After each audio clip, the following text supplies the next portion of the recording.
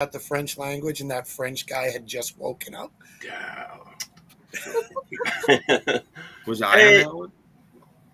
I don't know if you. No, that might have been with Vinny and Matt. So I was already like up to. It was pretty deep into the show.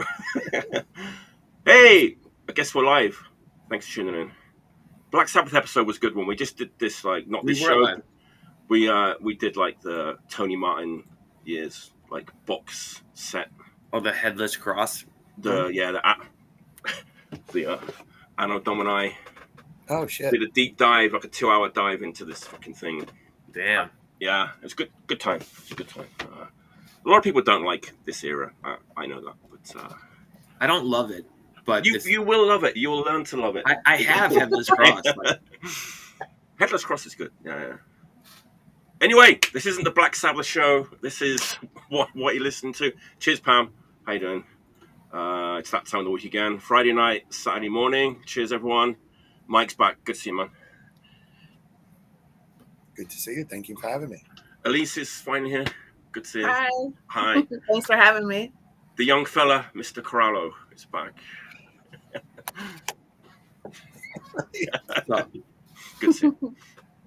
Let me just do the old housekeeping, and then we'll get going.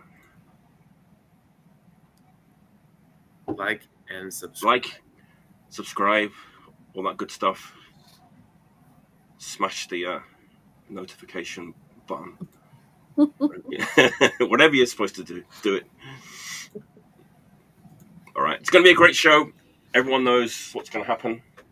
Maybe we've each got 5 or more records that we're going to have a good time. Uh-oh. I've only got 5. I have nothing to fall back on today.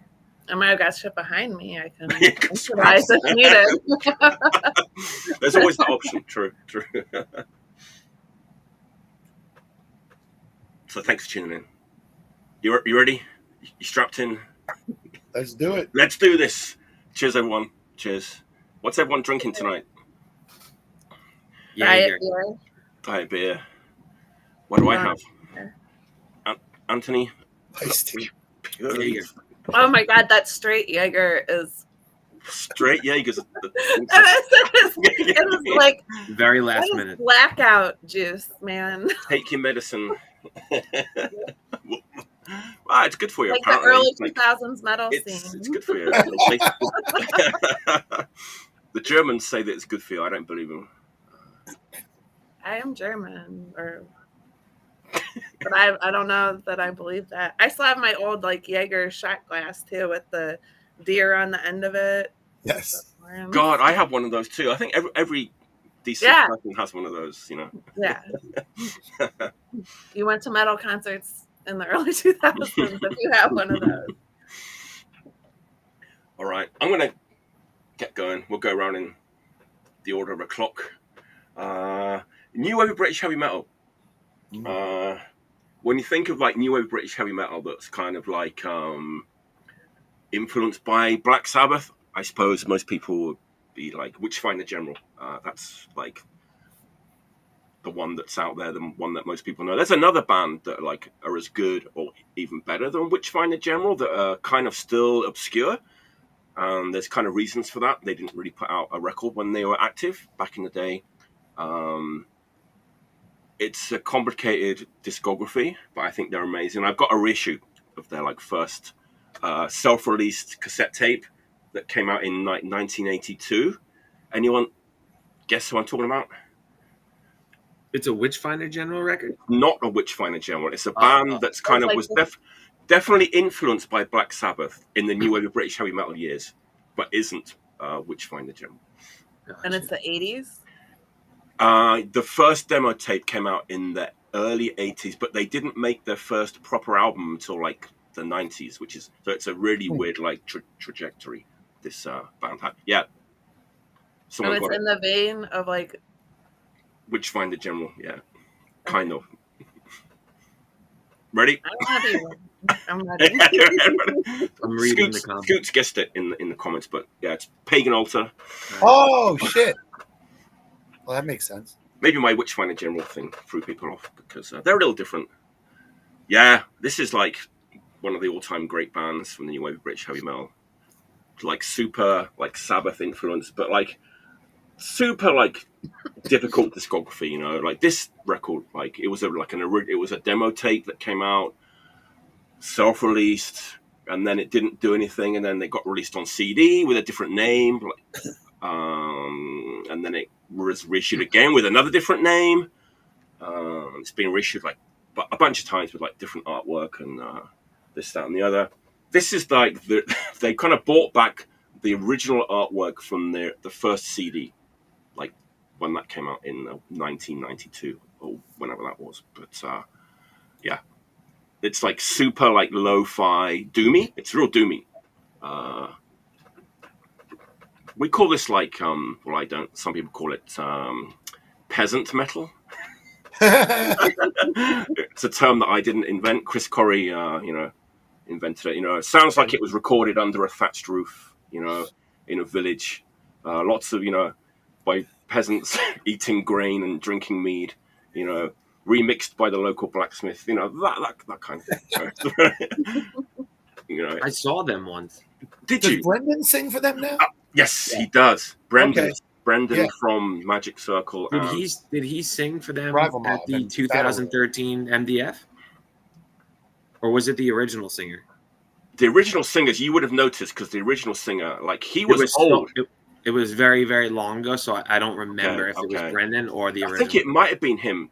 Terry Jones was like the original singer. He died around then. That's right, and it's weird because, like, on this record, I mean, it's a father and son band. So, like, Terry is the singer and his son was the guitarist. So I'm like, how old was, like, Terry Jones in, like, 1982 when they made their first demo tape? And how old was his son, like, in 1982, But anyway, amazing band. Like, Terry Jones has this kind of Aussie-ish, like, Zeb from Witchfinder General kind of voice. It's, like, super doomy. Real like, Pagan. Like, if Witchfinder General is, like a Hammer horror movie... Yes. Like this is more like the Wicker Man, It's kind of got that. It could be Hobbit adjacent, even, Hobbit Rock adjacent. Hobbit Rock adjacent.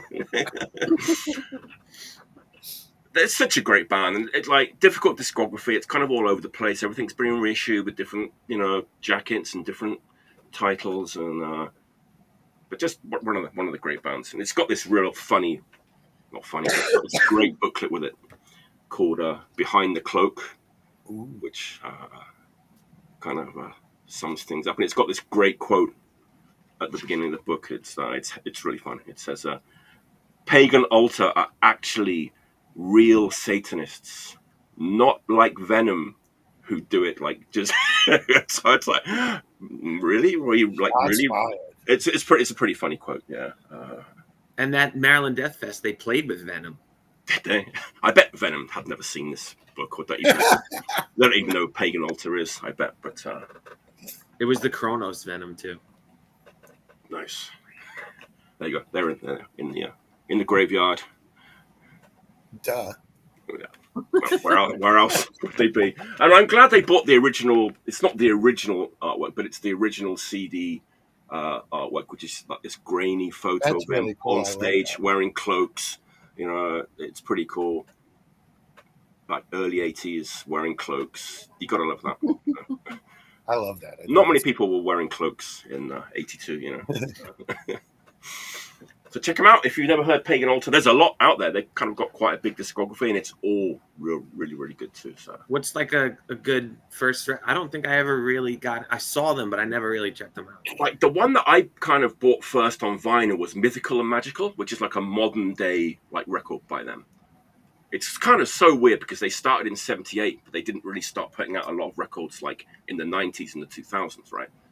But they're all good. Mythical and Magical is a good place to start, but like, this stuff has just been reissued, so it's all out there and easily readily available. This is the beginning. This is like their first like demo tape, right, on vinyl, so might be a good place to start.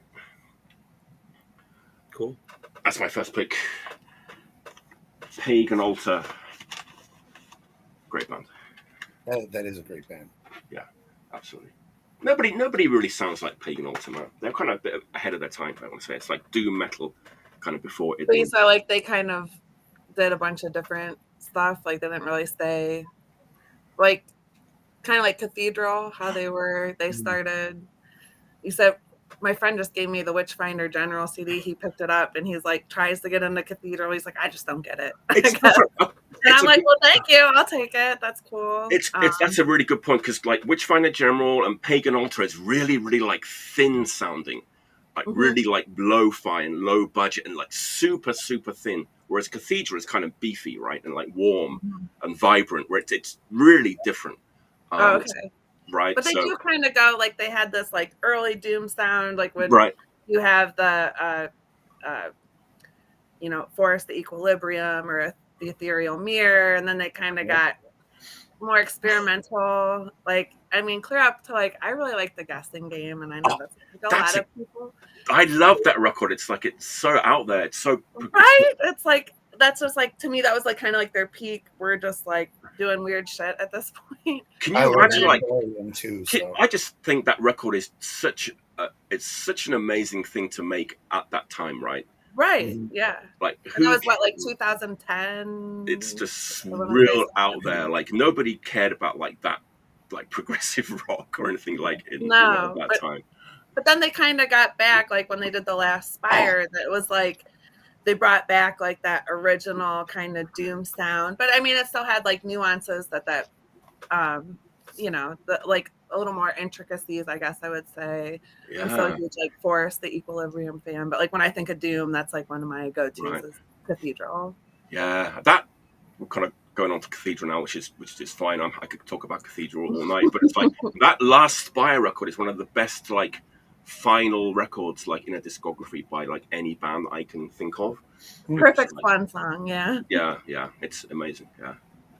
But definitely Pagan Altar were definitely a huge influence on Cathedral. Absolutely, no question about it. And Witchfinder General, absolutely. I'm gonna have to like look at it. Like I know I've seen the name, but I've never really entertained that. It is like I said, it's a complicated kind of discography because they didn't really put out anything back in the day, and then it was like and it's all over the place, and it's a little tricky to navigate. But just start from the beginning and kind of work your way forward, I guess. See what works. See what you do, and see how far you can go. Cool. All right, Mike. What you got, man? What's your first pick? All right. So I changed two of my picks like super last minute. When I got home from work, I took a nap because, being 207 years old, not usually up this late. I usually turn into a pumpkin. So. The pork chop express is here. Thanks, Frank. So I got up and I made myself a couple of Beyond Burgers. I sat down and I put on the YouTubes. And I like to watch this channel called The Great Liars. I don't know if you're familiar. I thought you were going to say you like to watch a channel called Analog Attack. And there are a couple of guys that go to these Trump rallies, and not that they need help looking ridiculous, but they really help these Trumpers look absolutely ridiculous. And so I changed one of my picks. This came out in 2018. It is a single-sided 12-inch with 100 songs on it. Supposedly, these are members of Cattle Decapitation and Goblin Cock. And this is what I have for you. Anal Trump, the first 100 songs. I've always wondered about that record. Like, it is what it is, right? It's got 100 songs on it. All 8 EPs. They put out 8 5-inch EPs, and well, actually, I think one of them is a 7-inch. So we'll call it 7 5-inches and 1 8-inch, with such titles as "Make America Say Merry Christmas Again." To all the broads I've railed before. Etc. Yes, exactly. It's fucking brilliant. And again, it's single-sided. It's on this cool like olive green, and with one of the best of the worst, of course. Right. I've seen And- that. I've just never listened to it. Yeah, Me it's neither, But me at neither. first, I didn't know who you were talking about, but I've definitely seen like their clips on Instagram and Yes. stuff. Good Liars. It's covered in there's tons of great samples that go along with some song titles like breastfeeding is gay and I date my daughter and working wives and old people are gay and the Bible is my favorite book. So that's just a few of the 100 classic And that's fucking before the Trump Bible came out. songs. Yes. So Breastfeeding is gay. Wow. Oh, there is an insect. So What's it's your got the favorite logo. song? They're all my favorite songs They're all- because all 100 of them probably don't even come out to like 5 minutes. So there's all the lyrics. If take a screenshot if you need. Seth Putnam would absolutely be proud. Seth Putnam would be proud. But I bought it. I bought the singles when they were coming out because why wouldn't I? Because it was, a great spoof and it's, unreasonably fast, drum machine grindcore, which is kind of in my wheelhouse. It's what I spend a lot of my time doing in private anyway. So yeah, that's my first. It goes for a lot of money now, I think, too. Anal Really? Trump, the first 100 songs, single-sided, silk screen, 12-inch, long playing record. Beautiful. I've seen that record around Yeah. and haven't had the courage It's to. aesthetically pleasing. It's funny as fuck. Like, if you're a Republican and/or you don't have a sense of humor, stay away. You can't be thin-skinned with this shit. I hope that they've been pretty inactive since then. So let's see another 34 songs Maybe, come out. yeah, maybe this year we'll get the volume 2. Yep. Yeah. So that's what I have. Nice, definitely familiar, but like I haven't checked them out yet. Nice. So does that make it my turn? Yes. Okay. Elyse, what's your first pick? Well, I'll stick with the gore grind thing. Go with this classic Reek Putrefaction. I've actually been like on a little bit of a kick with. Well, I mean, I'm always on a Carcass kick.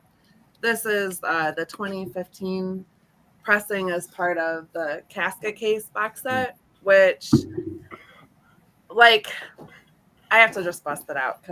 Bust it out. Well, I mean, for like box sets by today's standard, the shit is so fucking weak. Like, I love it, limited to 100, and it's like one of my prized possessions. But like, it's so thick. I like the maggot details on that side. Oh, sure. It's so empty. Is it? What's in the box? Like, it has the first 5 Carcass albums, and well, I have a couple like old leaflets. I put in extra stuff in there because like you have it. I don't know if I can do it. Like, Oh God! like there's all this room, and like now box sets are done with such like care. Like the Dance Macabre box that I have by Celtic Frost is one of my, like, it's so meticulously done. And then you have this, and it's like clear vinyl.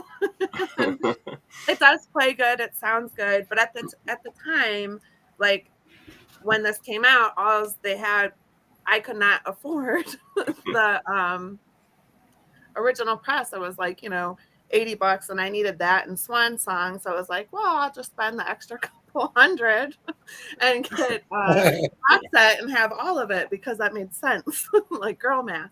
And it's limited to 100. Let's go.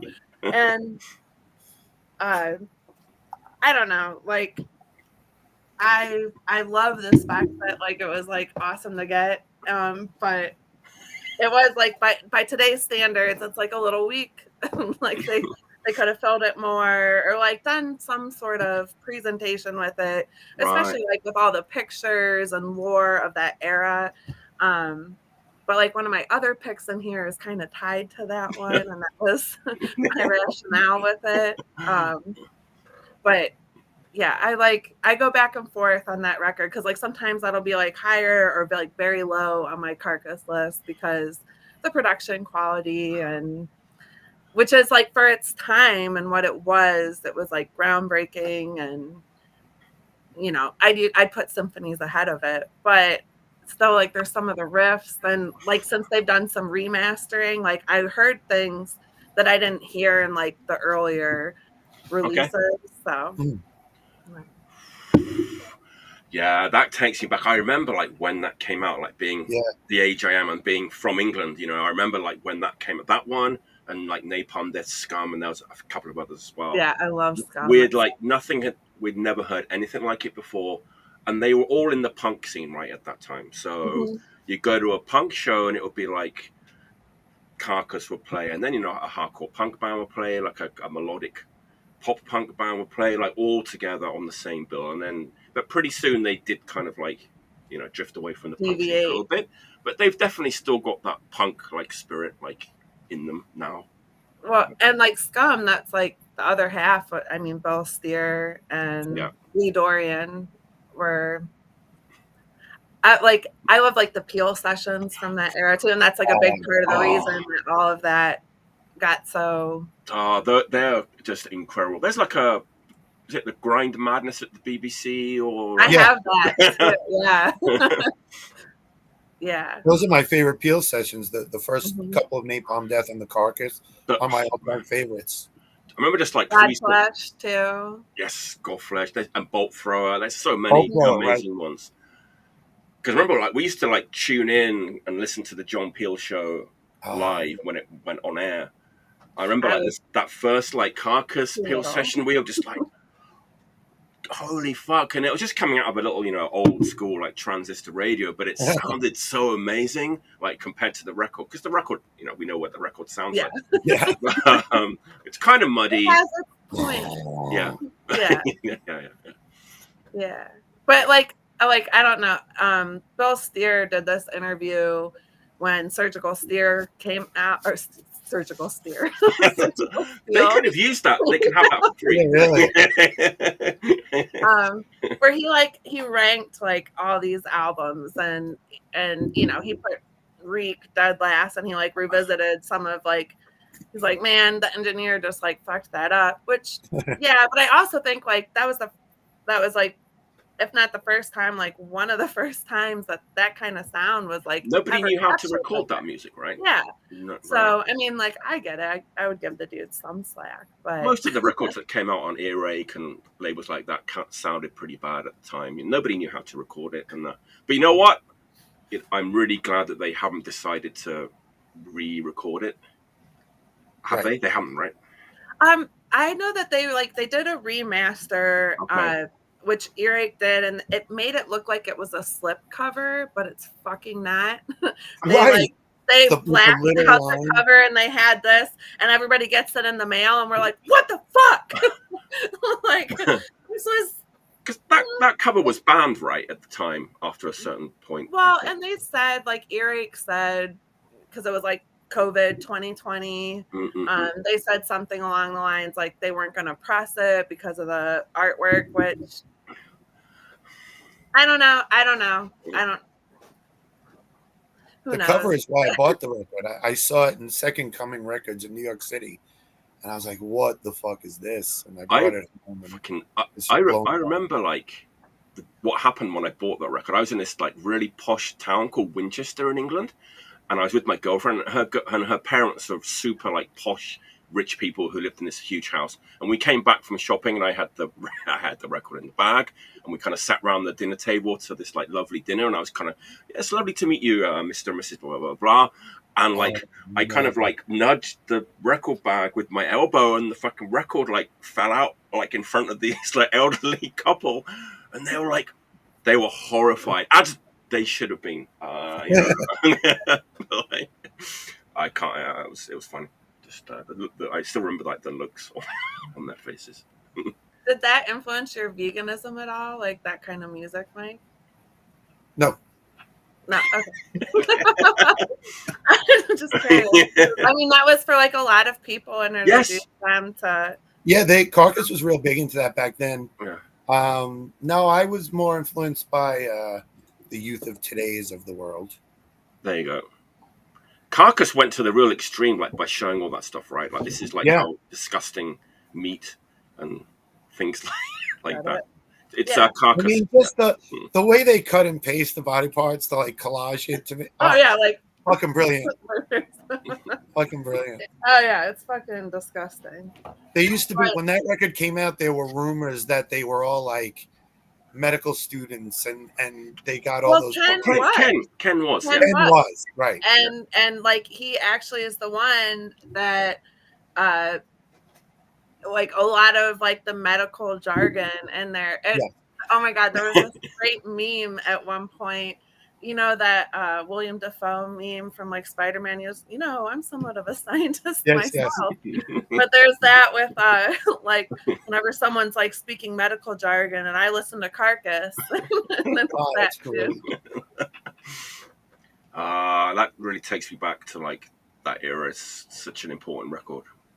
It is. And I mean, compared to what Earache releases now, Jesus. Buck Cherry, man. Buck Cherry. All these like now they're living up to their name. Level fucking cock rock bands. It's awful. But they still like to kind of show off every now and again, though. Like, we were the pioneers of grindcore. No, you weren't. The bands were. Like, you weren't. Like, right. Al used to do those videos there for a while, which I loved, and I wish they'd go back to. It was like every Friday he would answer a question, and people would like, what about this, what happened here, and it's like, so like when you read their posts, it's like everyone that follows that record label is into the early Earache catalog. And so it's like, I mean, obviously the other stuff sells and makes the money, and that's part of why they do what they do now. And I mean, Al does seem like he's still like very into the underground and metal and extreme music, but at the end of the day, I guess it's a business. Does that other shit sell though? I think so. Yeah. I mean, I don't know why. It definitely sells more than like, Intense Degree records. Maybe Heresy was a good seller though. Like that Napalm Death record must be a fucking license to print money, right? Yeah. Those Napalm Death records. Well, I know like that's part of the reason they started doing that. Like when they would do the reissues, because all these people would say, oh, we want these records, and then they'd repress so many based on the feedback, and then they wouldn't move enough of them. So then they started doing, okay, well, if you guys all pre-order enough, we will fulfill this reorder. So, and I mean, it could be the metal community, not everyone has a ton of money, and while we'd all love to spend money on records, with the cost of living going up and all of that, it's not always super easy. So that kind of like made me think like maybe that's why they kind of went into other musical avenues too, because the extreme stuff just doesn't move like it used to. But they still do stuff like Worm Rot from Singapore, which is a great grind band. So that was like one of the better albums. That was last year, right? Yeah. They kind of run together. Yeah. Nice. All right, Anthony, what's your first pick? Which one should I do? You know what? I'm gonna. Digits. Oh, right on. Hey, Judester. I just got into them. Wow.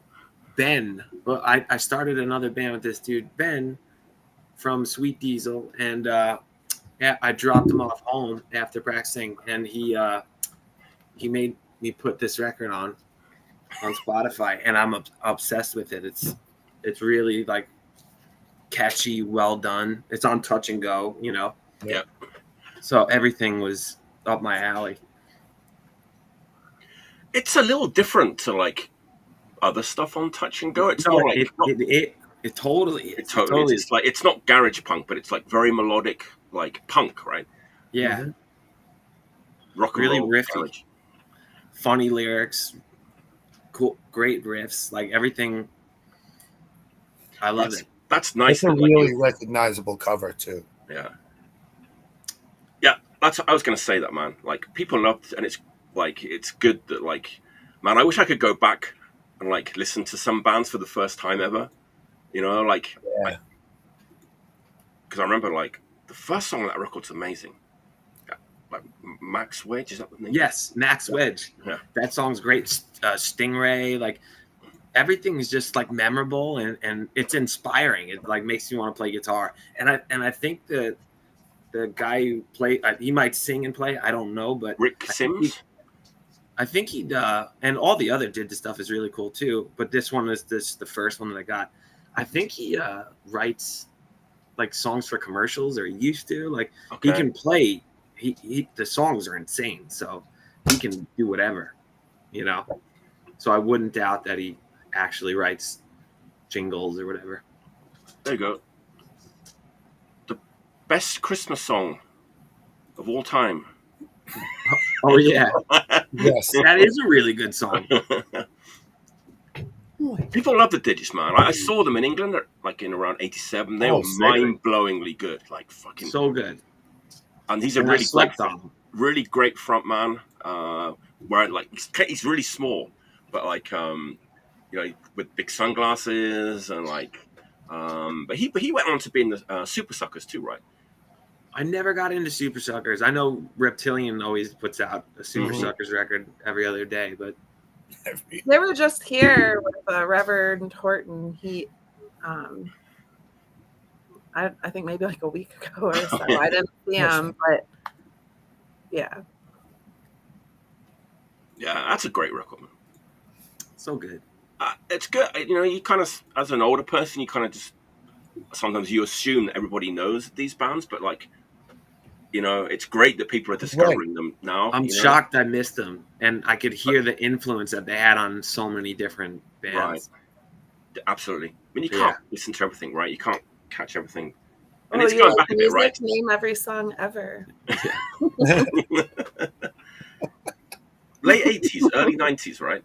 And it's like, I think people that were into like touch and go records were probably like confused by it, maybe a little bit, because but it's really creative, so it might not be heavy, right? But I think it fits just being as creative as it is, right?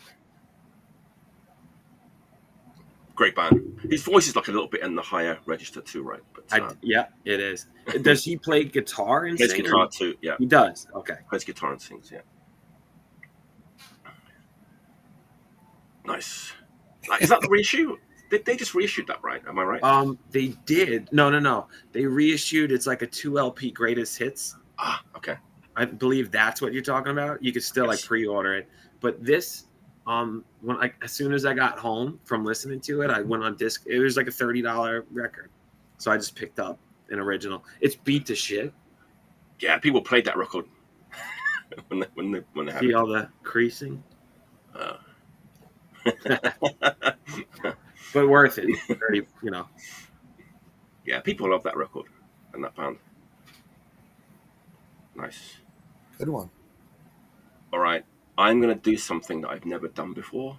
Uh-oh. On this show. And I'm not sure I should do it, but I have no other choice. So I'll get nude too. No, I have to do it. I've thought about doing it before quite a few times, but I've always not done it. But I'm doing it now. Today is the day that I'm going to do it. What I'm going to do is I'm going to show a record by someone here who plays on the record. Uh-oh. Can you guess what it is yet? And I've been listening to this record, and it's really good. The Sick of Talk 7-inch. So I thought I'd show it this evening. Ooh. And I hope the person who plays on it will forgive me. I'm going in. You ready? Here we go. Hey, I know what that is. Go. Thanks to Mike for sending this over to me. I got it a couple of weeks ago. Oh, shit. Did this come out in 2023 or 2024? Are you kidding me? I don't know. I don't know. On this 2024. In my extensive research, 2024. Scog says 2023, but on the record it says 2024. It's important, so I want to know. It's definitely 2024. 2023 is when we played our first show. Okay. And we made a limited edition tin box that had the record on a USB stick. I remember you talking about that back then. Yeah. Yeah. So that came out in 2023. Anyway, Medicinal, Oh, No pants. the name of the band. We're talking about one-sided records, as we were, with a lot of songs on it. This doesn't have 100 songs on it, but no, these it has this amount of songs on it. 14. There you go. Thanks. 14. On one side. One side. Yeah. Yeah. It's I'll great. send you one. It's all the it's all the words, it's all the adjectives, brutal, ferocious, relentless, all those ones. They'll cave you Fallen Mike's smelling. wheelhouse. Yeah. Is Velvet on? Is Velvet watching? The drumming is pretty good. Is Vinny in the chat? I don't know. That's Drumming's cool. coming. Vinny is a beast on the drums. He's all right. As I don't know who plays bass because it's. This is funny. If you go on Discogs, Vinny's he's the only member of the band that's listed on Discogs. Oh, really? Yeah, I thought that was pretty funny. I was just trying to kind of check out, everyone's like, Steve, the bass player's name is Steve, and he used to be in a band called Eggplant Queens. Okay. Why do I know that band? It's an old like Belmore hardcore band. I totally know. I've heard of that before. Yeah, They probably play. Did they play with Two Man Advantage a lot and stuff? I think they may have been gone by the time Two Man was a band. Maybe Oh, I'm not sure. It's nice cover too. This was like a photograph and everything, right? With the stencil and everything. I'm guessing. Yeah, we didn't know what to do for the cover, and we were sitting out in Maddie's yard, and that piece of fence is actually there with the spray paint on it. And I was like, let's just use that as the record cover. It's nice. Yeah, it's like you And went. we had our boy Matt V come over and take actual pictures of it because we sent Darren pictures off our phone. He was like, dude, it's like 2 pixels. So we were like, oh. It reminds me of something. thank you. It doesn't. It's not exactly the same. It reminds me of like that 3 record on Discord, which they kind of did a similar thing. I love that record. It kind of has that kind of same feeling a little bit to it, but this doesn't sound anything like 3. Drumming's great, bass playing's great. Matt's vocals are pretty caustic. He's gonna hate me for saying this, but the guitar playing is fucking like we all know that like Voivod is Mike's favorite band. You can kind of hear it. I don't know how to handle this. Thank you. I'm sorry. Like I said, I've never done this before. I really appreciate it. I just couldn't not do it. It would be a crime to not show this one. Fuck yeah, dude. Thank you. Checks in the mail. Thanks, man. Where can people get this record? Is it still out there? Yeah, you could get it from either Sunken Temple Records. Okay. You could find that via the Google or the Instagrams or Gene Steen. I've got to say though, Googling the word medicinal brings up a lot of things. No, don't do that. Jesus Christ. But yeah, so if you do the Googles and you do Sunken Temple Records, Medicinal and Instagram, Sunken Temple Records, right? Yeah, and on Sunken Temple Records, you could find it on there. So is it on Thank Bandcamp? you. There is a Bandcamp, actually. There is a Bandcamp. Yes. If you're going to ask me what the URL is, I got nothing for you. Bandcamp Medicinal. Maybe Medicinal New Or York. Bandcamp Sunken Temple. Sunken Temple might. If you go to sunkentemple.records.com, all the information will be there. It is there. That's it. No one does .coms There anymore. it is. Someone just put the link posted it. in. I don't want to. If I click that link, will it take us there? I don't want to click the link, but it's Matthias put the link. I'm down gonna there take a risk. Let's see. in the description. But I can't click it, so yeah, maybe it's not like clickable. amputee. I'm afraid to click it now in case something weird happens. yeah. Right. Yeah, It why won't I let asked, me do it. So. it's like why I asked if this was 2023 and 2024 is because I got my little my little pile of the records of the year, Yes. and so if it came out last year, it wouldn't be able to go in that pile. Put it on in. Put it on in. It's quite a big stack though right now. But That's what she said. Sorry. Who brought the dick? check it out. Check it out. Please do. Check it out. There's still some left. So Nice green vinyl too. And Oh, one-sided, lots of songs. did you eat a gummy, Mike? Me? No, not me. The other Mike might have.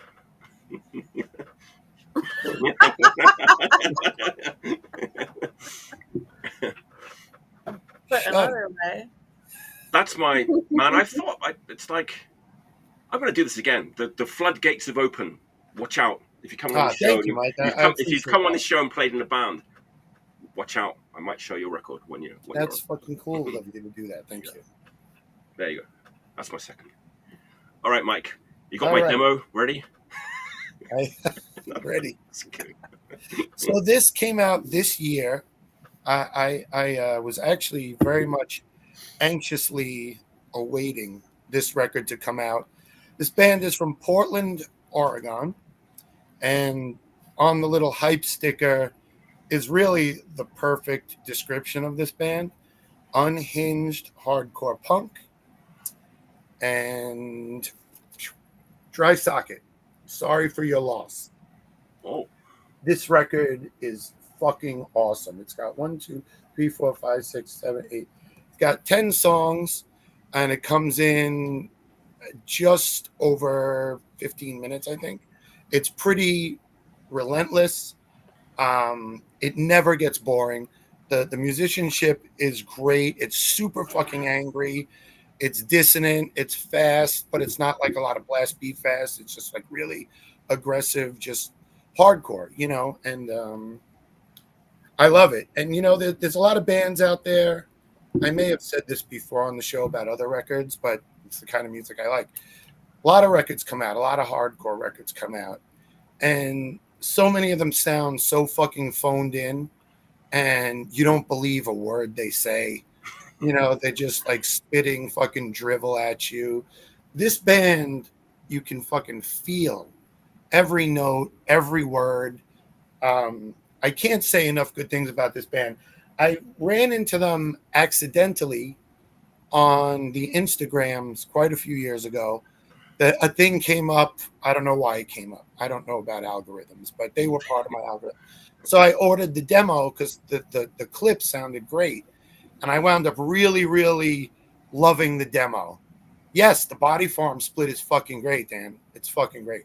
I have that as well. Anyway. And so I got in touch with them to be like, hey, I love your demo. And then they did 2 7-inches after that. And I became really friendly with them. And we become good friends. And they're just really, really good people and a legit fucking great band. This is the Blind Rage Records variant. Okay. It's red.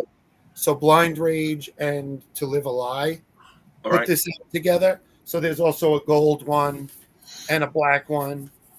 And then here is the insert with all of the words. They're very personal, very political. No fucking Taco Bell commercials here. And shots fired. Hey, I got into Taco Bell because of them. And this is Danny, the singer. Her voice is just fucking gnarly as shit. And again, really, like, you could really hear her going through it as she's doing vocals. And the live clips are just ridiculous. Hopefully they'll make it to the East Coast this summer or soon after, because where are they I from? really, really love to see them. Where are they from? Portland, Oregon. Portland, Oregon. Okay. And one of the guitar players who played on this record, Drew, he just recently moved to Pennsylvania. He was at the church show, Tone. We were outside talking to him, big guy with glasses and shit. He was in Dry Socket? Yeah, he played on this record and the demo on the 7-inch and stuff. So yeah, sorry for your loss. Dry Socket. Dry Socket. Get it, smooch it, love it.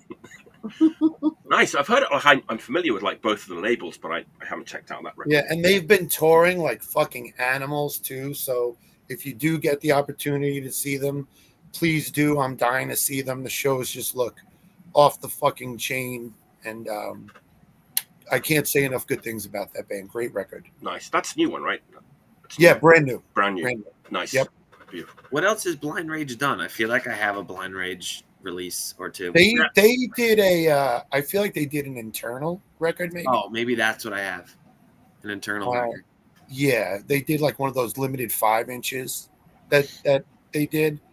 I don't know what else they did. I know I have a bunch of their records. It's definitely a label that kind of, when you scroll through the list for the show, it's a label that kind of comes up every now and again, right? And the store looks great. Dan put something in the the comments about they have a store and it looks fantastic, and I think they just do a fucking It's in great Ohio. job. Do we know where in Ohio it is, Dan? Let us know in comments. Ohio. You know Ohio means good morning in Japanese, right? Round No in way. the end. Oh, yeah. It's your free Japanese lesson. So that's pick 2. Get it. Nice. Beautiful. All right. Dayton. Hmm. There you go. Dayton. With a bit of lace for pain. Kent's quite far from Dayton. Yeah. All right. North. Sorry, my cat. He would have been biting my ankles the whole time. We have a lot of animals on this show, and that's not only the guests. Yeah, well, the dog was over here for a second. I'd be like, "Hi, okay, go that way." So, this Okay. is Papa 2. He's going to help me with this record. Peace Oh, Test. Peace I Test. have How Peace can I Test. forget that? Peace That's Test is just another good. great fucking band. I do like Gel as well. They're blowing up right now. Huge. All right. Elyse, what's Oh, this? no, you're good. But this is what I mean. Like, it was going with the Reek of Putrefaction, because this is a band I found. They're called Fester Decay. They're actually from Japan. And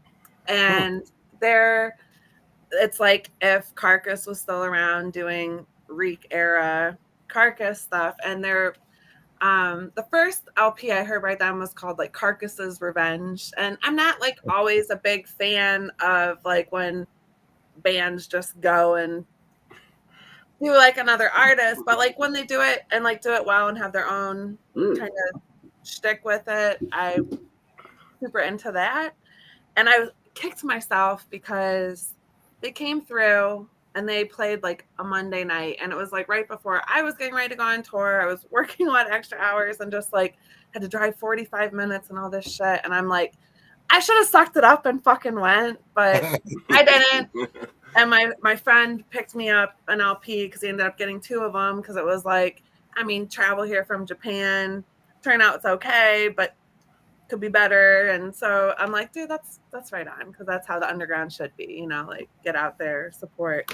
But this is more the sound of, this is reality rotten to its core, which I think is more like, at least it's more like symphonies where it's not as underwater. But the other LP, like I was like impressed how much they got it to sound like Reek of Putrefaction, but like you could still like hear notes. It's like there wasn't as much, like it is muddy, but not like it. I think they did it really well, and they actually cover Reek of Putrefaction on that record.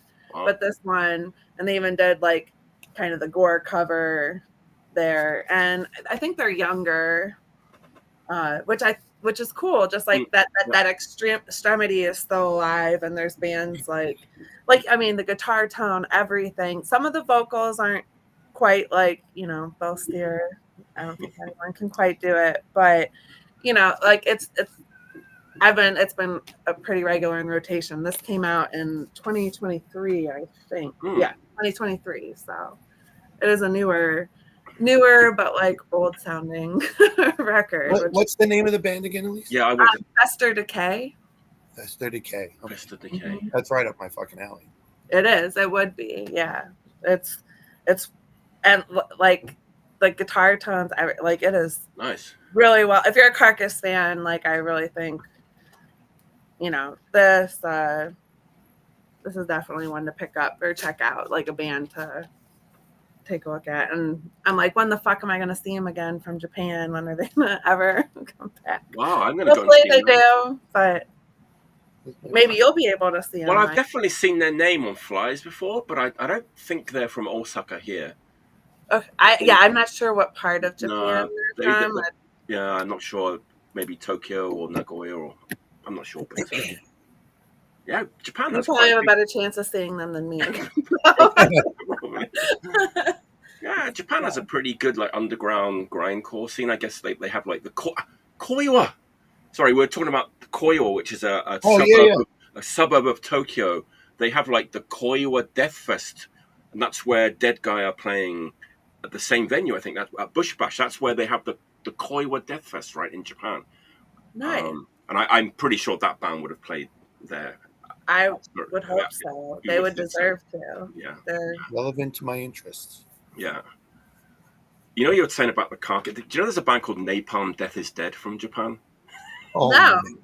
Yeah. But Which I that think sounds it's kind of. I think that name is saying, yeah, Napalm Death kind of sucks. Like after Lee Dorian left, kind of a band.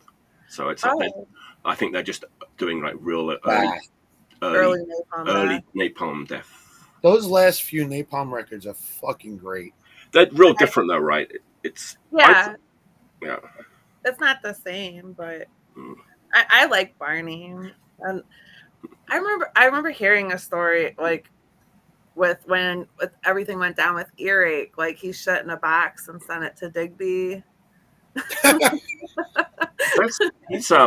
He's been on, not on this show, but I've talked to him like 4 times on like Analog Attack. He's such a great guy in every way. He's an amazing fella. Yeah. Vegan. I've never met him or talked, but like when I listen to interviews and like he's very, I don't want to say like articulate like metal people aren't, but just like he's not so like in the box thinking, like all the different layers he'll present. Like when he talks about his veganism, he's also like, but I'm not going to be all preachy about it because I understand that there are people who live in areas of the world that don't have access to the resources I do to maintain that lifestyle. He seems like just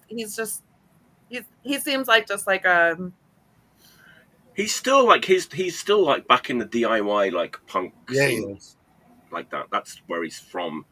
And it's amazing because like 1 month they'll be on tour with Slayer, and then the next month they'll be back in England playing like in a 200 capacity club with some hardcore punk bands. And that's awesome. Yeah, They toured with Drop Dead a couple of times. They did, yeah. They're good friends with Drop Dead, and we need like more people like Barney in the metal scene. I would hope, and I would say. I think like the bolt thrower people are a lot like that too, like but like old school DIY ethos. Like you're more like crust punk. Well, even like we're talking about Carcass, like all those guys were from like the DIY punk scene in the UK, so it's just there, it's still there, you know. I mean, different. I don't know that Carcass they're playing like 200 member clubs. I know what I've shelled out to see them in concert. So I think these days Carcass is sort of doing the festival circuit and stuff like that, right, for the most part. I don't blame them. Right. I mean, I'm seeing like I got my tickets. They're coming through with Hatebreed, which I know not everyone's into, but there's certain Hatebreed that I can't help it. But it was like I definitely got the tickets because of Carcass, and they're playing. I think it's like the Agora or something like that here, which is a larger venue, not like one of our biggest, but you know. Yeah, you know what else is Bill Steer gonna do? You know. I like that band. Do you know that band? We're going way off topic now. Sorry. His band Firebird. Yes, actually, I did. Like that's way different than Carcass. That's like classic rock. What blew me away is like he's such a good singer. Like he sounds. It's like he sounds like the guy from Free or like some 70s hard rock band. It's like that kind of blew me away. So he's a really good singer. What is it called? Firebird. Yeah. They have a ton of records out. Like. Oh shit! Tons, but it's like 70s hard rock. Well, and he's like, I mean, like I don't know him personally. I've just like people that know him or have talked to him. Like he's an avid record collector too. And one of my friends had like posted. I don't know if you guys have ever heard of the band Glass Harp, but they're from my area, like area in Youngstown, and it's like my dad's era people. Like so, they were like. Kind of underground for the time, but Phil Keaggy is like this like amazing guitar player, and I'm like, my friend, he's from England. I was like, how the fuck do you know what this band is? Like, I grew up with it because my dad knew those dudes, has played with them and stuff. Like, how is this making it to you? And he's like, actually, Bill Spear introduced me to this band. I was like, what the fuck? That's crazy. That's like him and Lee Dorian are both real deep into like 70s rock and prog and all that. The real obscure stuff. That's awesome. Well, I mean, like, I like everything. Like a little bit of everything. Well, almost. But if it has core in it, it's like hardcore, like grindcore, you know, if it's like deathcore, I'm kind of like, I don't know about that. But, you know, I love classic rock. But me too. Let's take one little last look at that record so people know what we're talking about. Fester Decay. Fester Decay. Reality Rotten to the Core. On what label put that out? It's on vinyl. Everlasting Spew, but I don't know how many they have. Like when I tried to find it online, I didn't see it. I didn't like do like a hard look. Obviously, my friend picked me up a copy, but I think it was one of those like, hey, we only printed so many, and so if you're not seeing the band live, you're not getting that fucking record. So, but it is on streaming platforms. Okay. So, and on their personal Bandcamp, they still have their like earlier EPs and LPs, but I didn't see that on there, so I don't know if you'd have to go through Phil Spew or whatever directly.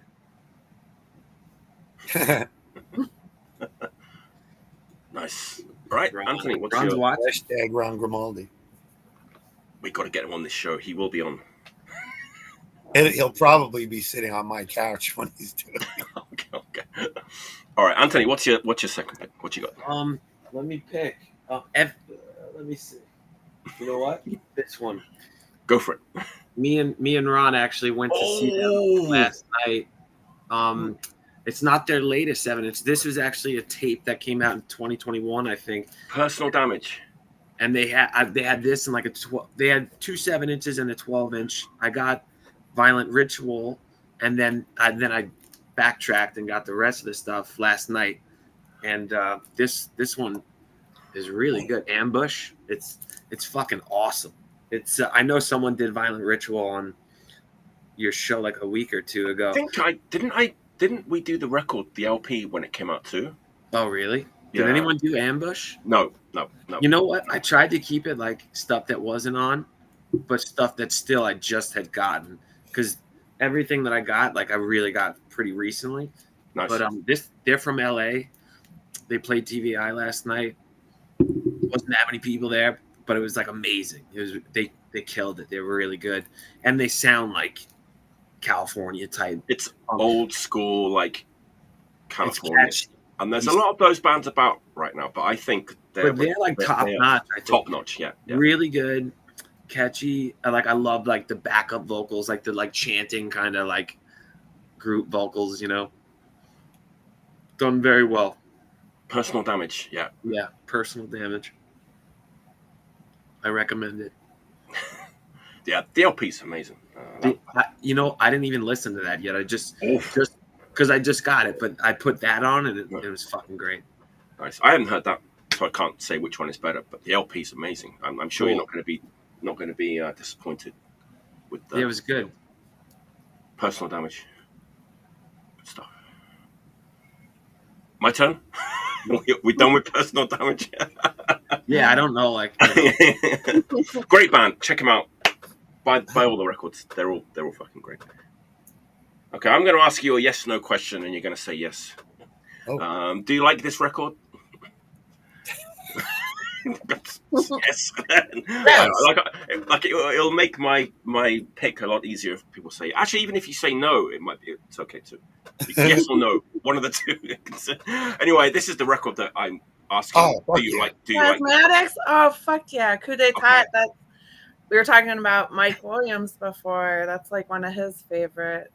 So I'm a huge Wendy O. Hold that thought. Mm-hmm. We like this record, right? We know this record like back to front. Oh, that's not you picked. It's kind of a classic. It came out whatever, earlier, 81, 82, whatever. That's the back of it. This is not the record that I'm going to talk about. I'm going to talk about the better version of this record that maybe people do or don't know about. Let's see. we'll find out if people know about this. And if you do, great. If you don't, better.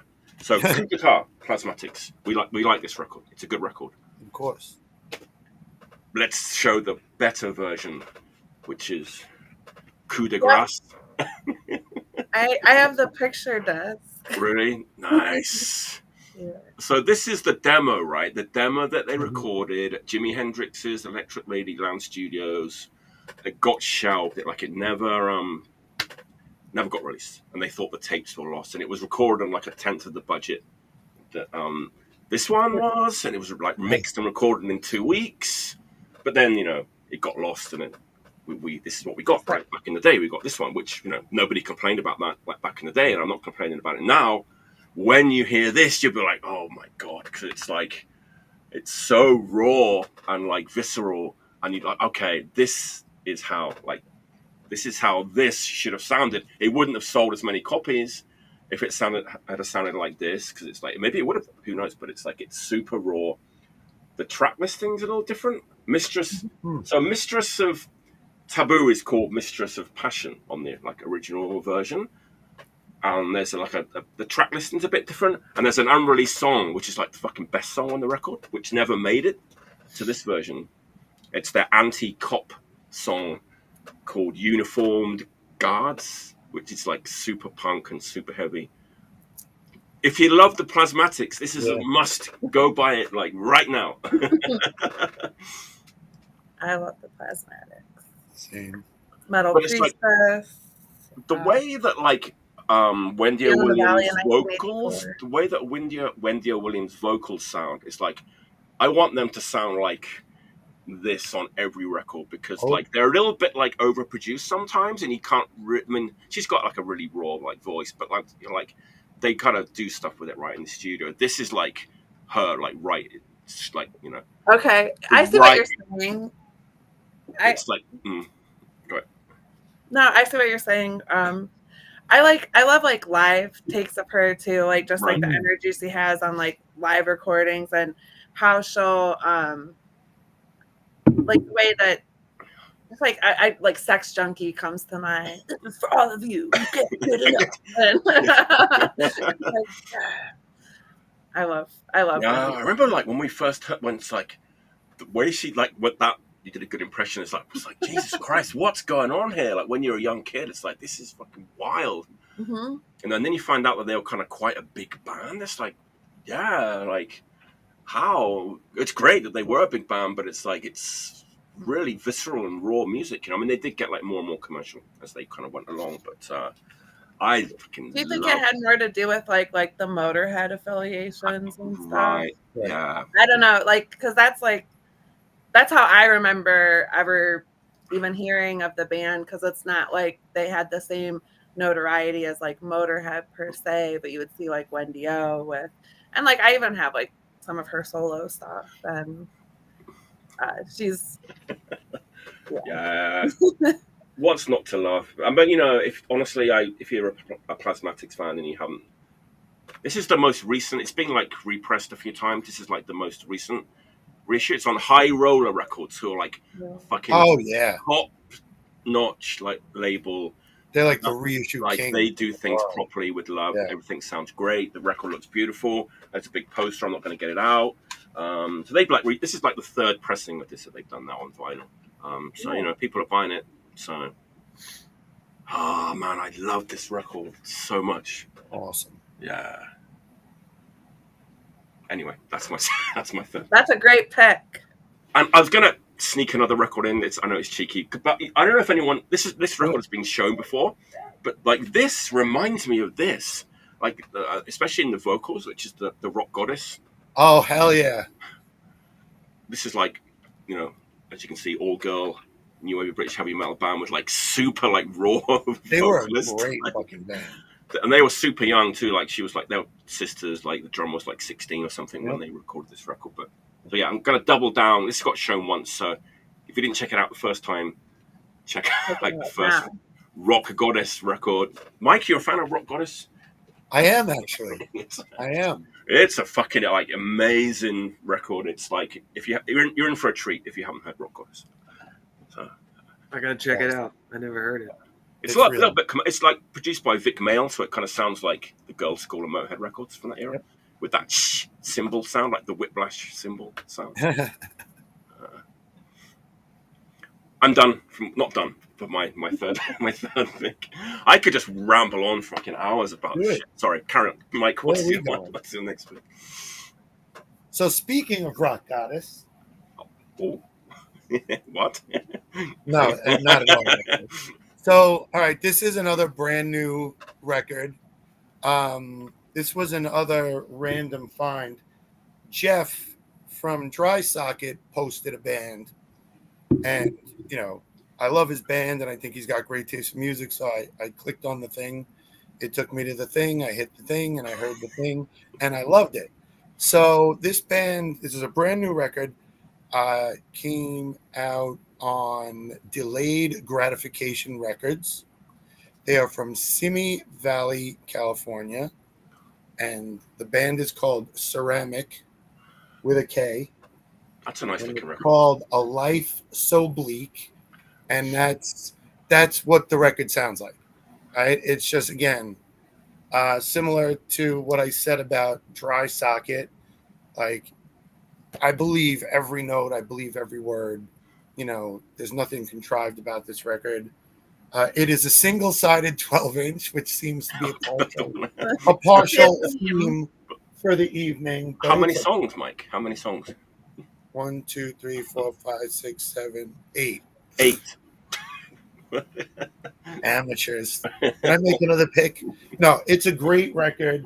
It's kind of blast beaty, and but it's like gruff and tough too. I like some stuff that's got a lot of blast beats. It's just like Snoresville, even though it's most of what I've done throughout my musical career. But it's really, really fucking great. It's on Highlighter Yellow. Oh, I can see your face through it. Sorry. And then hold on. I like to show the inserts. So there's a bunch of pictures of them ceramicing, and the lyrics, credits, thank yous, the whole shebang. It's just a great record. I've listened to it a bunch of times. A lot of newer records of that style I'll listen to once or twice, and then they just kind of get lost. But like the Hemo Trump record. But like Ceramic and Dry Socket, I've revisited those records quite a few times, and I got the downloads and put them on the thing so I could listen to them in the car and shit. So highly, highly recommended. Oh yeah, I don't have any of their other records. This is the first I've heard of them. Yeah, I mean, I hadn't heard of them before. Ceramic with a K, right? Yep. Yeah. Also new. Yep. That record's brand new. I'm not sure exactly how long they've been a band, but I know they have, like Dan said, another record, and I think they have a tape or two as well. So nice one. That's number what? 3? 3. Number 3. Number 3 for me now. Yes. Go ahead. Well, since you shared a yellow record, I brought a classic. Oh. And like I was surprised that this has not been on before when I searched. So this is actually the 2020 repress, because that's when Bad Brains actually got their music back. Right. And I like when that happens with bands, because it's like they have complete control. They're getting all the money from the sales. So it's like original presses, all that are great. And I think at the time this was like called the Yellow Tape, because it came out on Raw, right? Is it? Yeah, the Raw cassette. Mm-hmm. So right. I wasn't really. I mean, when was the original? The Raw tape is different to Rock for Light, right? That's a different thing, right? Yeah, from Rock for Light. Was after. Yes, well, I mean, but it has a lot of the same songs. Right. Yes. Yeah. But this was like the original. Like some people call it Attitude, which was one of my favorite tracks on there. But I don't know, I'm going from like memory whenever I went down a rabbit hole however many years ago. But like I think that there was a point that it was like, I don't think it came out on vinyl Black Dots was shown. Okay. Yeah. Like I don't think that there was vinyl originally. I think it was tape originally, and Yeah, it was a tape. they were banned from playing DC, and that was part of the song. And I know, like whenever, like I mean, they've had their controversy over the years for some of their stances, but they've, you know, like since righted that. I feel like, you know, as best as you can. This was 81 originally. Yeah, before I was born. Around there. I just remember it was like one of those, like when I was first getting into like punk hardcore, that it was like you'd see people's shirts and the bands at the time. I was like, who the fuck is that? Okay, I guess this is something I have to listen to. And I thought it was cool that they own all this stuff again. And they've been re-releasing over the past couple years, like all the records. So, and they're doing those special covers, those like Blue Note covers. Yes, that's right. That's right. Yeah. Do we like those? No. Do we like the Blue Note pastiche covers? I think the one that I bought, I got the Blue Note one. I got one of them too. I mean, don't do that. Yeah, like what? Is there like something like I thought Blue Note was? Well, Blue Note's like the classic like jazz label, right? Right. So that's what I was gonna say. They've kind of gone back and like reimagined all these like hardcore punk records in the Blue Note style, and it's John Yates, right? John Yates is the guy that's doing all that stuff, right? John Yates was like from Allied. Yes. Wow. Okay. And you know, I can kind of see why some people do like them. What, the covers? The covers, yeah, not the music, just the covers, yeah, just the covers, yeah. The Blue Note stunts. Just, you know, the Blue Note. Let's make them look like Blue Note records. They're cool looking, but every one of those record covers is iconic. That's what they're called, Punk Note, right? Punk Note. Yeah, that's it. Yeah. Punk Note. Yeah. Yeah. I love Blue Note records, and I don't want it to be mixed in with your punk. Well, my punk. Yeah. My punk. yeah, you know. I had a friend that like collects a bunch of jazz records, and he said like whenever Blue Note's getting involved in something, that's when you go to try to find the more original versions of those, especially in like the jazz category. And I didn't know, like I'm not like a huge jazz person. You know, like if it's some of that stuff is not digestible to me, but like he's like nerd level where he's like, oh, but if this trumpet person is on it, it's worth like the side. Like, you got to check out like the sideman's like the solo record and all this kind of stuff. Yeah, I'm like, wow. I didn't know all that about it, but then he said that's like a one way to know too, like if you're into especially like the jazz records and blues records, that if Blue Note's getting a hold of them, then the other earlier records are about I never ever use the word iconic, and I'm going to use it once only, and I'll never say it ever again. But like Blue Note Records covers are iconic, and the Bad Brains and all those records are also amazing. So keep the Bad Brains records as they looked originally. Yeah, right. And keep the Blue Note stuff as it was. This one does. Exactly. Yeah. This one does. Yeah. Fuck! Isn't there a Poison Idea one and they call it like Pig Note? Isn't it's a live record which has that? Yeah, on it, you're right. I don't know. Right. Yeah, it's a live record, right? And it has that same Blue Note pastiche, but they call it Pig Note, right? Pig Note. I know it. I guess it's fun. Maybe I'm just being too anal about it, but yeah. I don't hate it. You're a jazz boy. You're a jazzman. You know, I grew up on jazz. I love jazz. I'm only kidding. Jazz. I don't know shit about jazz. There's two of them. Wow, two Poison Idea Pig Notes. Oh. Wow. Is there? Jeff says there is. I thought it was just that one live record. Me too. I'm going to ask a question again. Like, so we love that record. What does everyone think of Eye Against Eye?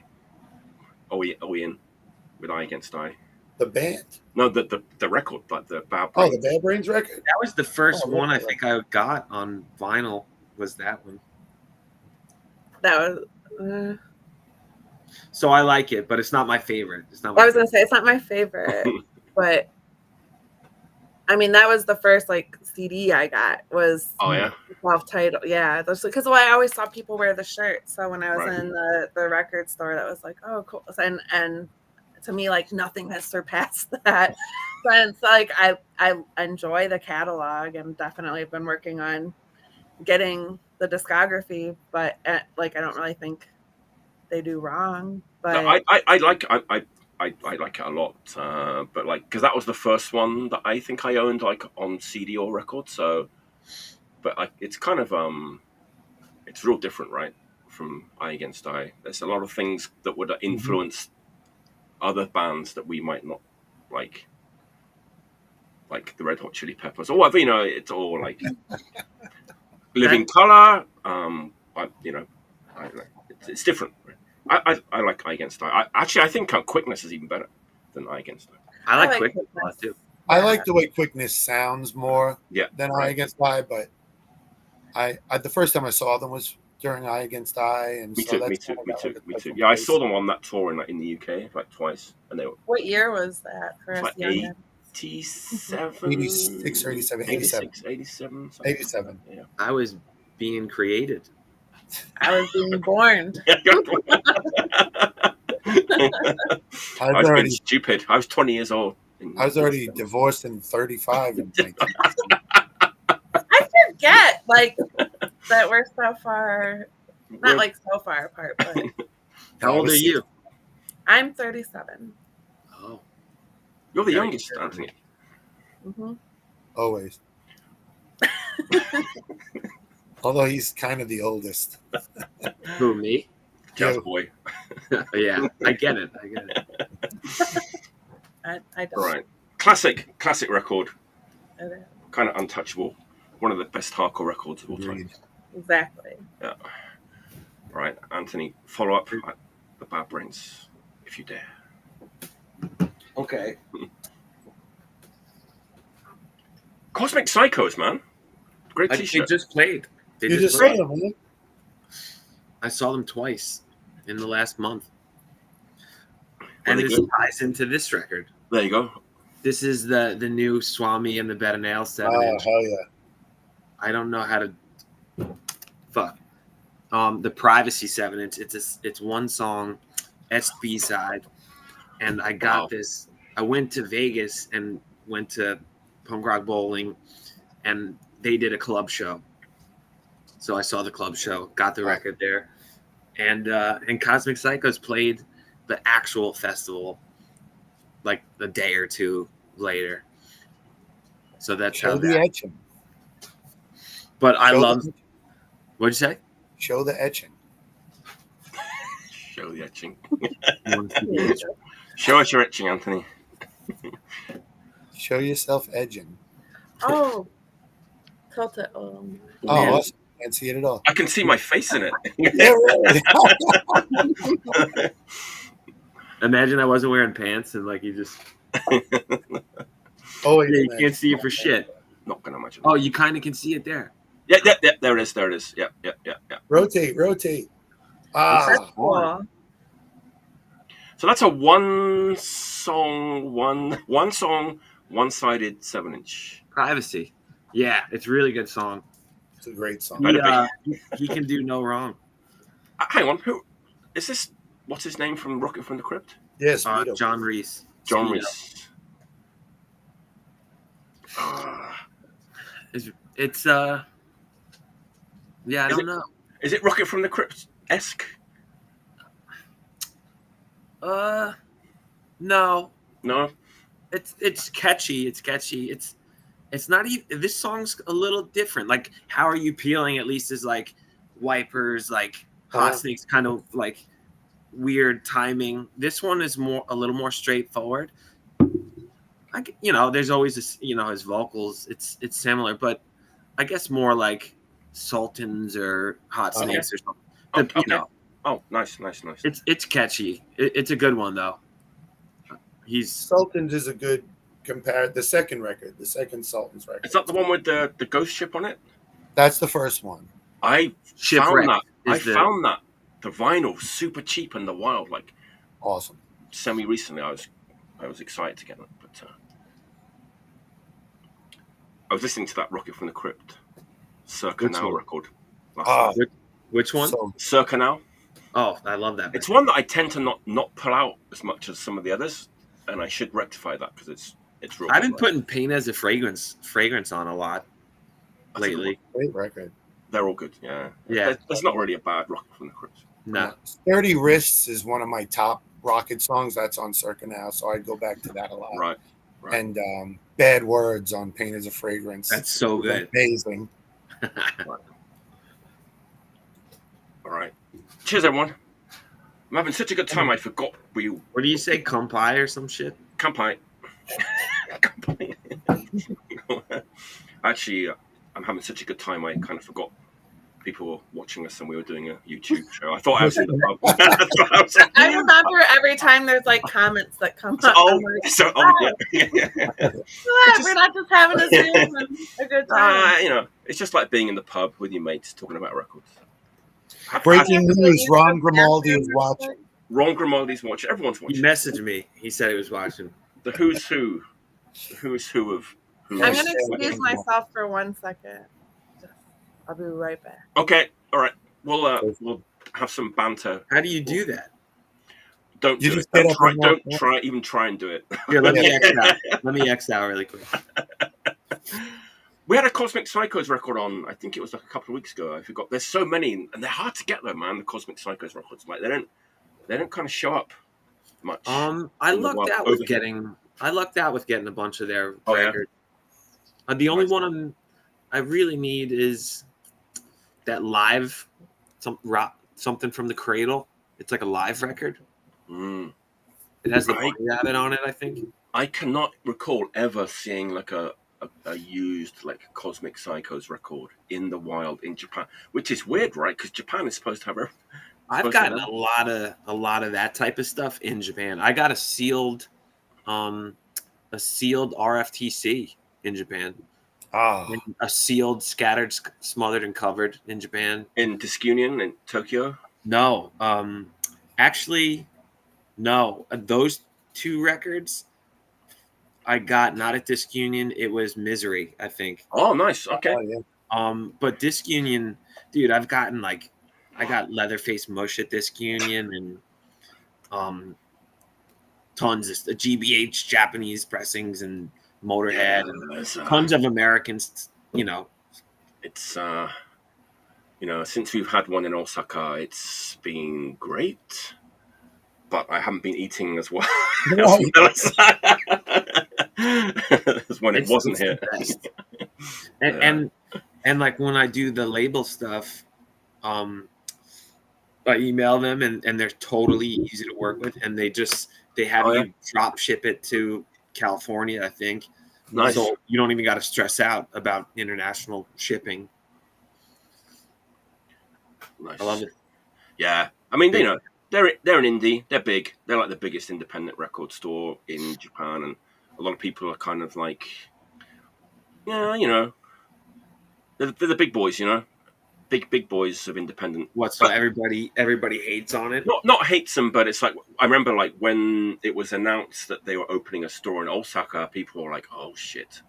Because if you've got like if you're a small record store owner, and you're the only guy working there, and you can't afford to charge the prices that Discunion can afford. Anyway, you know what I'm saying. Yeah, they have really good prices. Yeah, because they have the manpower. They have like buyers all over the world, and big operation. I'm a big fan. It's just like it's crazy just walking into there and just like fuck, like hey. We'll just really bad. Well, some people are not polite enough to leave. They just do it where they're sitting. No way. Jim. Who does that? Jim Martin. Oh yeah. Yeah. All right, it's my turn, right? We were just talking about Discunion record chain store. Best store. Yeah, I'm a big fan of it. Got to say, So this band, like, I thought this band had been shown before on this show, but it didn't come up when I was searching. Maybe I wasn't searching well enough. But this record definitely hasn't. The band might have, but this record hasn't. But they might have come up because we were talking about a hardcore punk band from the past, and Andrew Orlando said that a member of that band was in this band, and I remember being like, whoa, that's fucking incredible. He was talking about CR. We were talking about CR at that time. And so he was telling me that the bassist of CR has been playing. Oh, got it. You got it? So he was telling me, I know did exactly you know what that it the is. bassist of CR is in this band? And it ain't a punk band. It's not a hardcore band, but I fucking love this band. This is their newest record. Came out last year. It's the Budos Band. Hell yeah, so fucking good. Look at that. Like, who's doing that in 2023? It's proggy. It's an EP. That's my only complaint. It's too short. It's not that short. It's longer than most punk records. It's like 25 minutes long. 6 songs. This is like a one-of-a-kind band, It's like, if you were to ask a lot of people, do you like instrumental funk? If you like instrumental funk, you would say yes. But like, this is the kind of band that like people that maybe wouldn't ordinarily like instrumental funk, like the Budos Band. It's just a different vibe. It's like doomy. It's in like minor keys, right? Is that the technical term? It's like it's in the minor key, in minor keys, and it's kind of got this like heavy vibe to it. Even though if I was a dancer, I'd definitely dance to them, but it's kind of got this kind of heavy doomy vibe, and it's got guitars too, right? Kind of like reverbed out heavy guitars. What a great fucking band! Such a good band. Holy From fuck. Staten Island, right? Yep. What's it called? Well, the name of the band is the Budos Band, and this is called The Frontier's Edge. It's their newest record. It just came out last year. I'm hoping we're going to get a full-length LP at some point, and they've just left Daptone, which is the record that does a lot of like soul, and they're on their own. They've got their own label now called Diamond West. It's instrumental funk, but it's got this like dark, kind of doomy, heavy rock, gloomy vibe to it. So even if you think I don't like instrumental funk, well, you might like the Budos Band. I don't know if you ever heard the Charles Bradley cover of Changes. By Black Sabbath. They are the backup band on that. You know what? I love that song, but I didn't know that they were the backup band. Yeah, they're the backup band. I have the Charles Bradley record that it might even be called Changes. The record, the album's called Changes, yeah. Yeah, so they're the backup band on that record, I believe. Yeah, I love that song that they do. Who would have thought that like someone would like? No, I'm not going to say it, but it might even be better than the original. It's like it's fucking. It's so soulful. Yeah, it's very good. Yeah, I mean, it's like it gives you goosebumps, Because Changes is like one of the few like Black Sabbath records from the early days that I don't like that much, but like Charles Bradley takes it to another level. Yeah, it's really fucking amazing. And a few of the guys in that band, I think there's like 23 or 65 members of that band. There's a lot. They were from like punk and hardcore bands and shit in the past. So, I mean, people say like their best record is Burnt Offering. That's like the heaviest one, right? Yeah. Burnt Offering. So if you want to start off with the Budos Band, I would say like Burnt Offering is the place to start. And that's that other one, Long in the Tooth. Long in the Tooth is good too. This is kind of a continuation of that, but like, it's still great. I mean, I like all their records. People say they're Afrobeat. I think that's wrong. I think like Afrobeat is like a little bit faster. Like Afrobeat's like Fela Kuti and like Tony Allen. This is more like Ethiopian jazz, like Ethio jazz. It's in the pentatonic, but like in like a dirty, smoke-filled bar basement, and like it's just like a little slower. It's like a little slower than like Fela Kuti. It's got more of a like slow burn groove to it.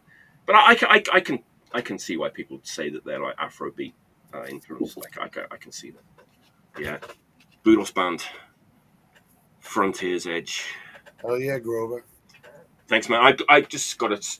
We were talking about Rocket from the Crypt. I just actually got this too on vinyl. I hadn't. Kind of looks like a certain Rocket from the Crypt. Yeah. Group sounds. I love that. I just wanted to say that I just got this one. That's awesome. The Budos Band. Great fucking band. Awesome band. There you go. Really nice guys. All right, so this was another of my last minute changes. I told you what the other one I had, Mike, was, but then I saw you posted it yesterday, so I pulled that one out.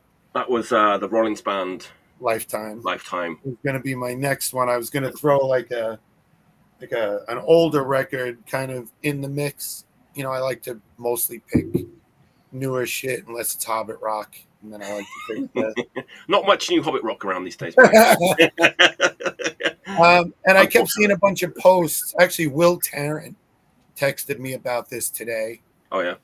And Gary Bennett sent me something with this on it the other day.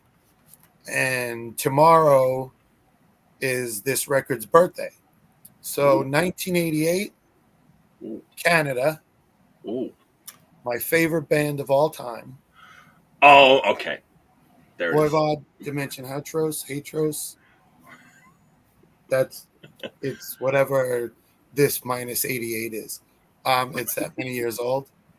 And this record is fucking perfect. I remember I bought this at Venus Records in the city when it was on the second floor on St. Mark's Place and brought it home. You know, Killing Technology at that point was my favorite. And this, I actually go like up and down, maybe like a hair between this and Killing Technology as my favorite Voivod records. Right. So they're both number one to me. I have Snake and Away signed it for me. Nice. I never met Piggy, unfortunately. Rest in peace. I do hope to get Blackie's signature on this. He and I communicate a little bit here and there. I buy records from him. I've bought pedals from him. So very nice guy. But yeah, I don't know what else to say about this record. This is a perfect record. This record in particular, you will hear a little bit of this record in everything I've ever written my entire life. Piggy, Medicinal, LP1, out now on Sunken. Piggy is hands down my biggest influence and favorite guitar player of all time. So I've stolen a little bit of him, especially from this record, for almost everything I've ever written, especially, you know, the hardcore bands. I like to do dissonant stuff or those, you know, what they used to call horror chords or Voivod chords or triads or whatever. I throw that in unapologetically everywhere. But it's because I wear my influences on my sleeve, and no one has influenced me more on guitar or bass than Blackie and Piggy. So that's my pick for number 4. Happy birthday tomorrow to one of my favorite bands of all time. Keith Huggins. Yeah, that's a deep record, man. It's like you can really immerse yourself in that one. Order of the Blackguards. I mean, all of it. It's just nobody. Tribal Convictions on this one. Nobody. Yeah, Experiment. It's a perfect. Never. Never replicated. No. And this is the record that Andrew Orlando got the name of his record label from, Brain Scan Records. Yeah. There you go. Yeah. It's a Brain Scan. That maybe not so much that one. Angel Rap definitely. It kind of confused people a bit when it came out, right? They weren't ready for it. Beautiful record. Wow. Yeah. That record, Outer Limits. Admittedly, I didn't fuck with the stuff that Snake didn't sing on. They're different, right? Yeah, like Phobos and whatever. But the records that Chewy plays on, the last 2 or 3 full lengths are amazing records. They're good, yeah. My favorite band of all time. Nice. Wow. You've not heard that before. Sorry. Go ahead, I'm sorry. We had a nice setup because one of my favorite records of all time I picked for next. And it's Suicidal Tendencies. How about tomorrow when I can't even smile today? This is actually an 88 pressing, UK pressing, Virgin Records. And it was definitely a little well loved.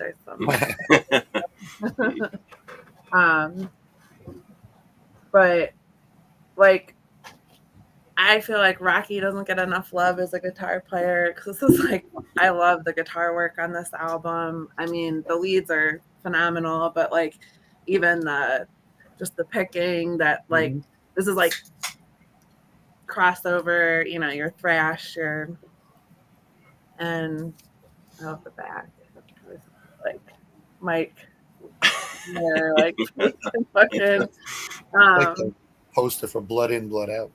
yeah, like I fucking love this record. Like, and it's one of those ones like I don't skip hardly ever. I put it on start to finish.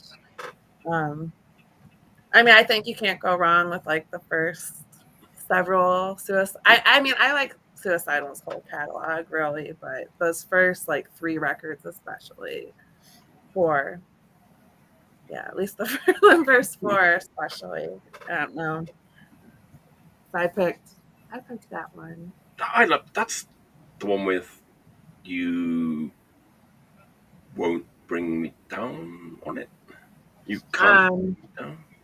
Trip at the Brain. Trip in the Brain. Is the first one. First song. Yeah. I'm trying to think, like, I don't know the Bring You Down, but like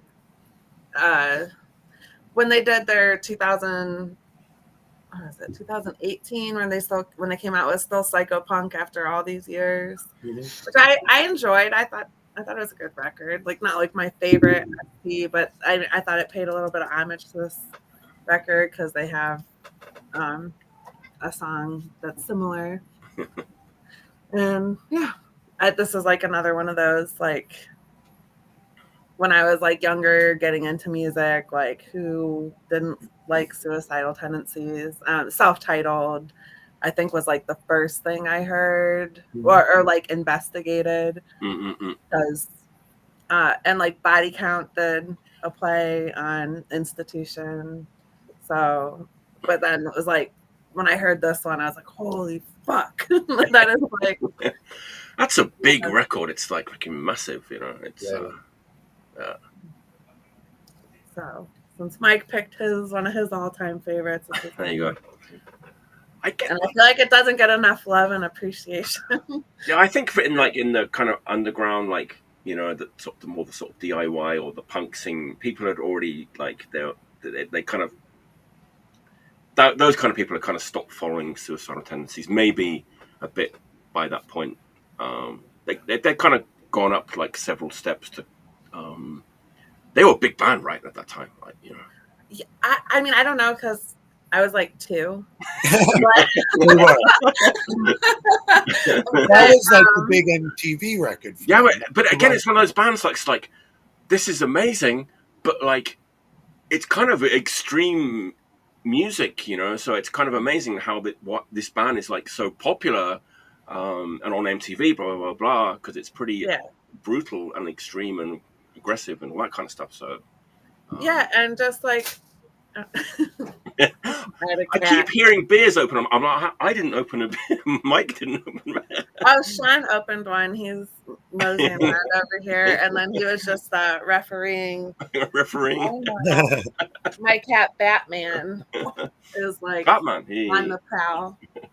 He's going, but he was like jumping on the table, and he's one of those, like, when he wants to be pet, it's now, and he'll start getting really loud. So, yeah, I like that record. He just jumped up behind me. And I saw like somebody comment on my Joker thing because they saw my interview with oh, I was wondering what that was. Yeah, so this is actually like this woman I know, like, long story short, but she was like moving, and she was like, do you want this? And it's like an original from the original Batman, like from the movie theater. And I was like, fuck yeah, I do. Like, awesome. And I've kind of kept it in my basement ever since. They're like, I recognize that from your last video. And it's like, yeah, He's always around. He freaks me out sometimes when I come into the basement. Like, oh, shit.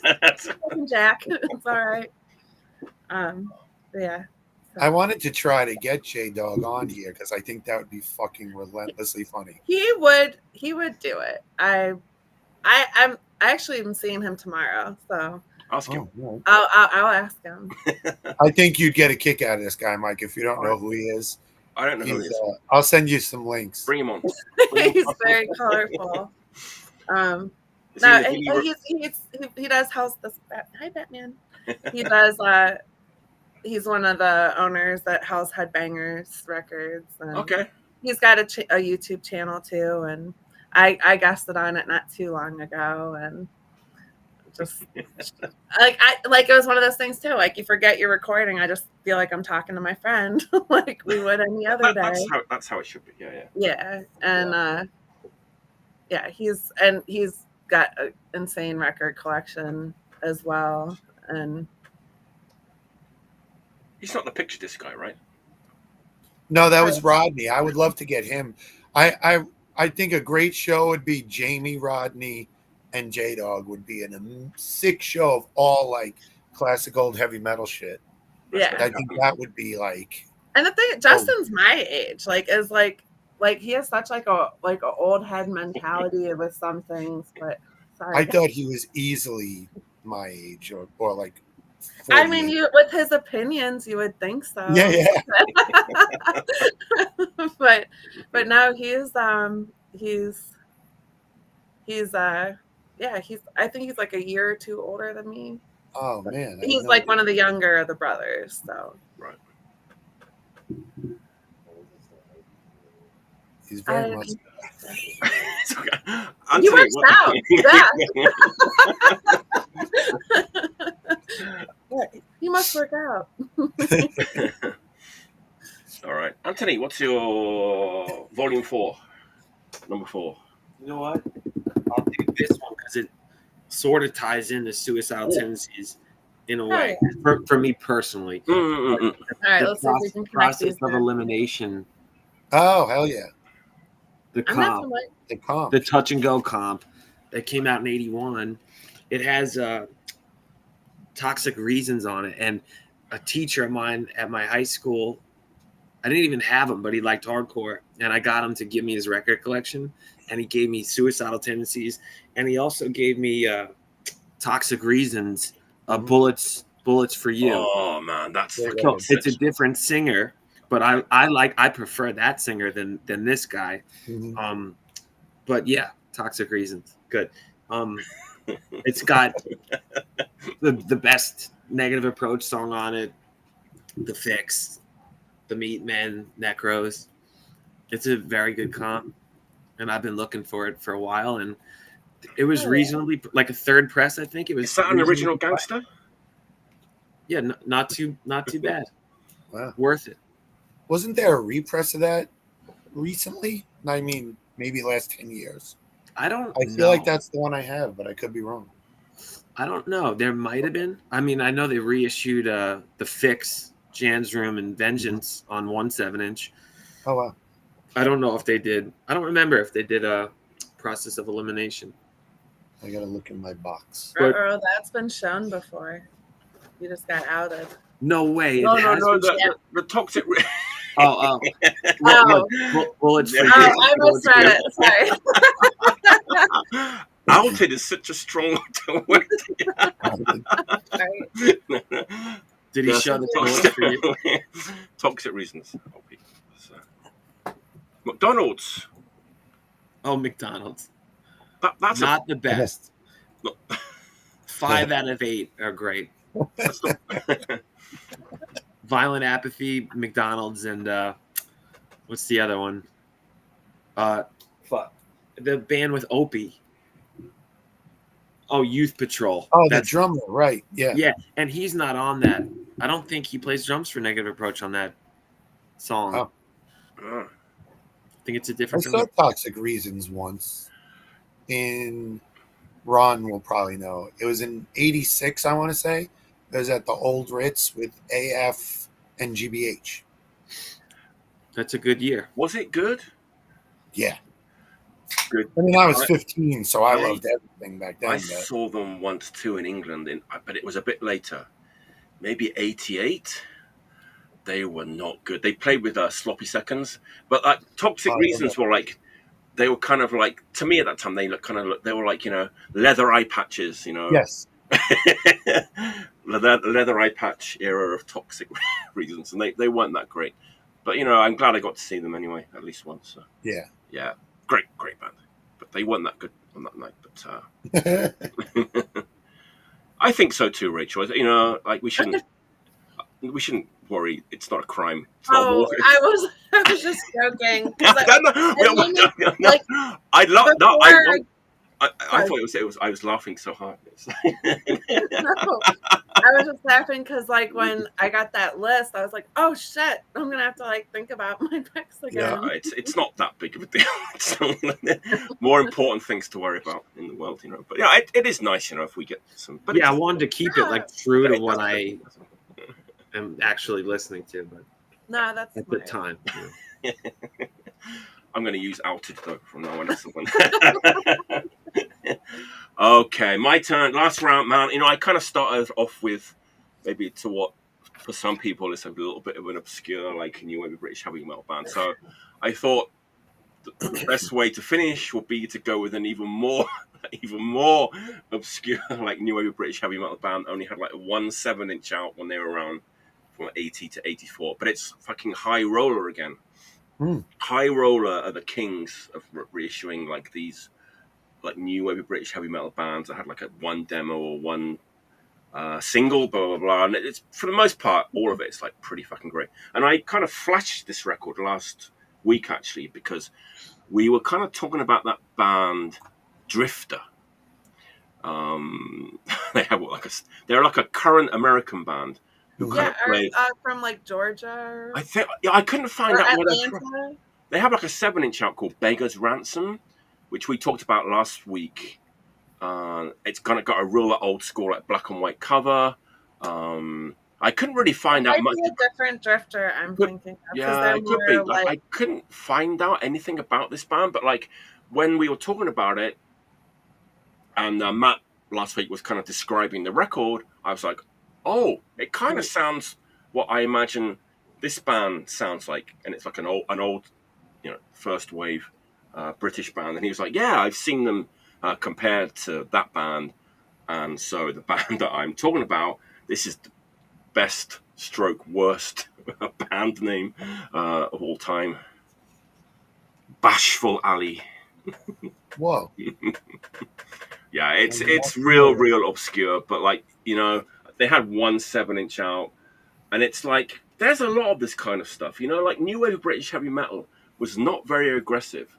It's pretty like laid back, it's like there's not too many like, histrionic vocalists. A lot of the vocalists are very like they can't sing very well, even like Angel Witch, like Satan, all those kind of bands, like Satan rules. I saw Satan them is at the best midnight. band.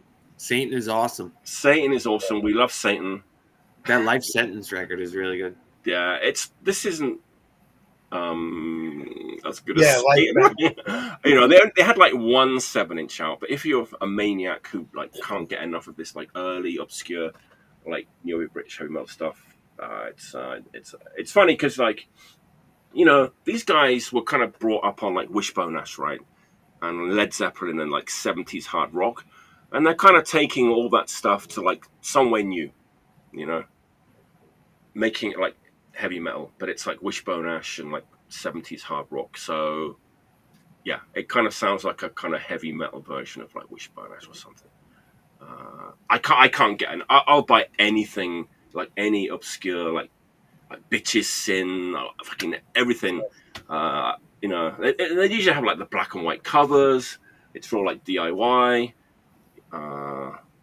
Yeah, no ballads, but it's all like kind of mid-paced, just like in the pocket, easy to listen to.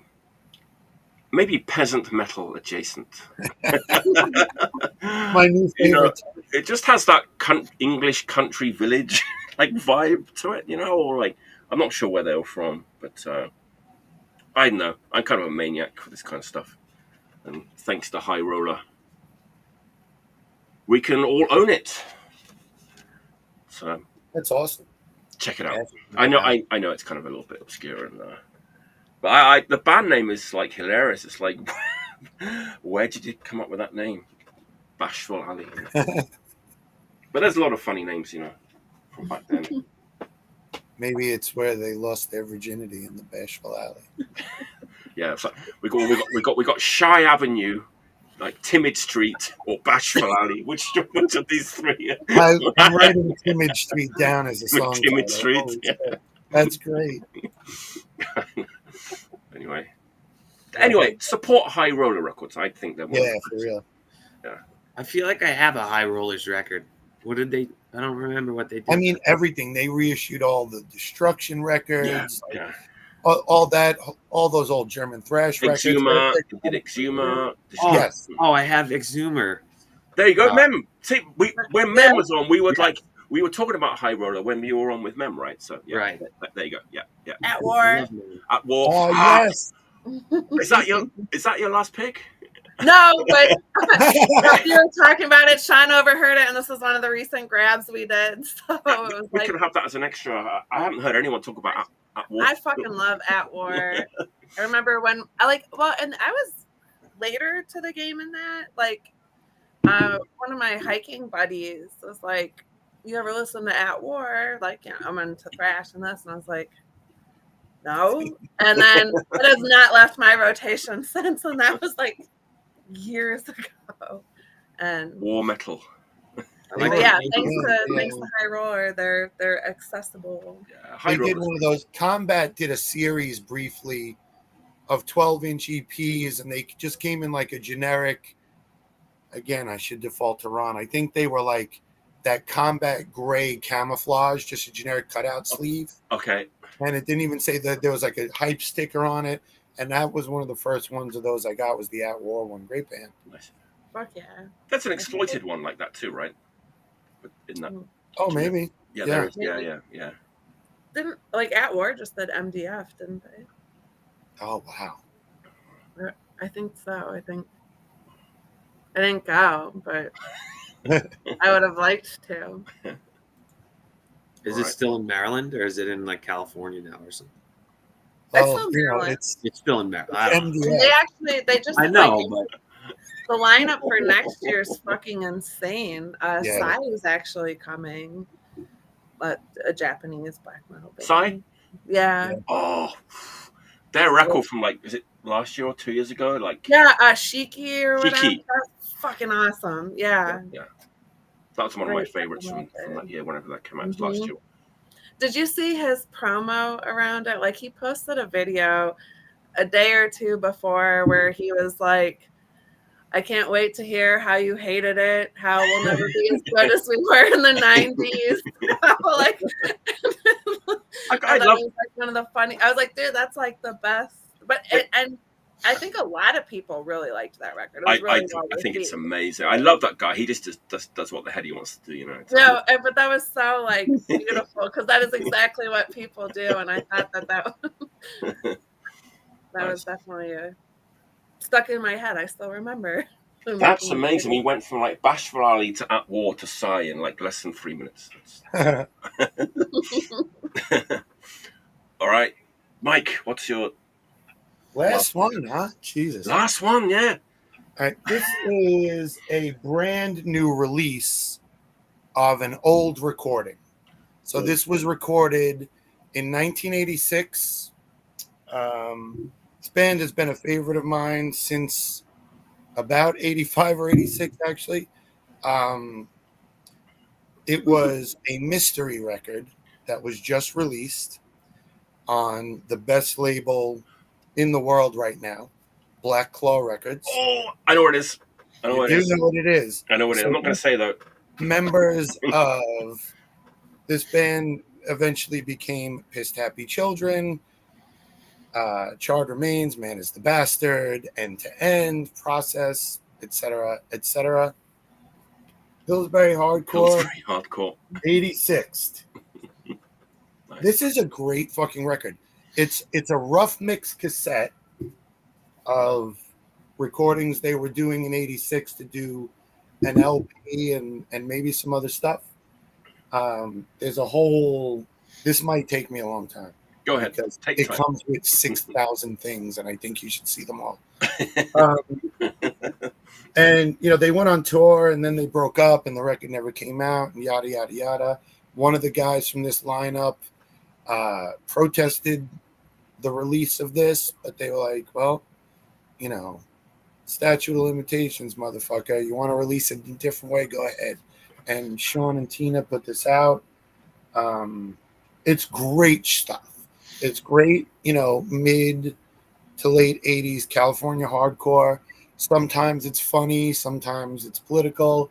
They do a ridiculous version of Jump from Van Halen on here.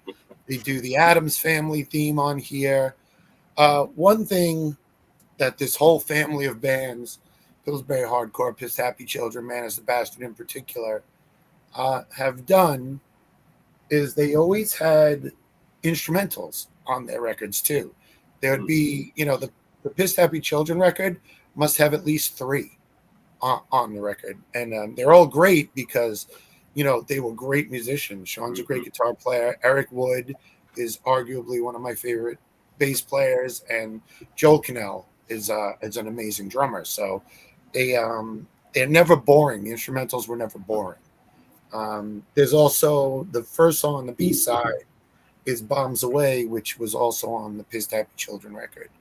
I always, I bought this when I was a kid because the fucking Pillsbury Doughboy was on the cover, and I loved it,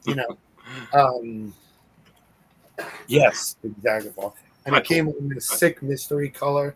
I don't know if you can really see it, but it's pretty nice. It's like a purple with all sorts of American flag color splatters and shit.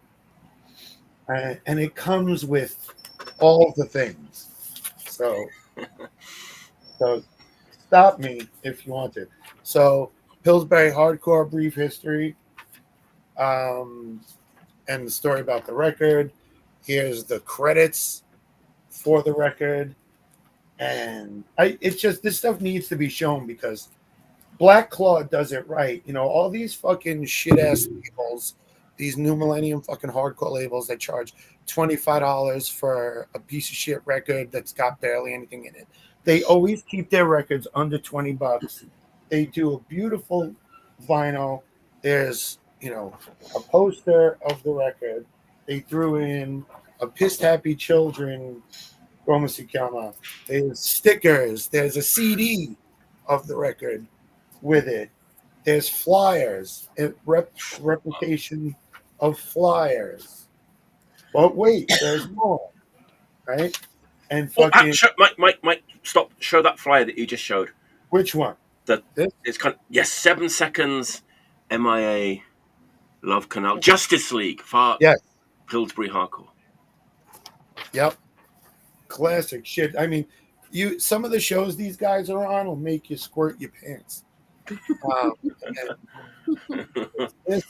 And then there's all the words, and that was the cover of Caught in a Straight Edge Limbo, which was the first record I got by them when I was a kid, because it was the Pillsbury Doughboy with an X on his hand. What's not to love?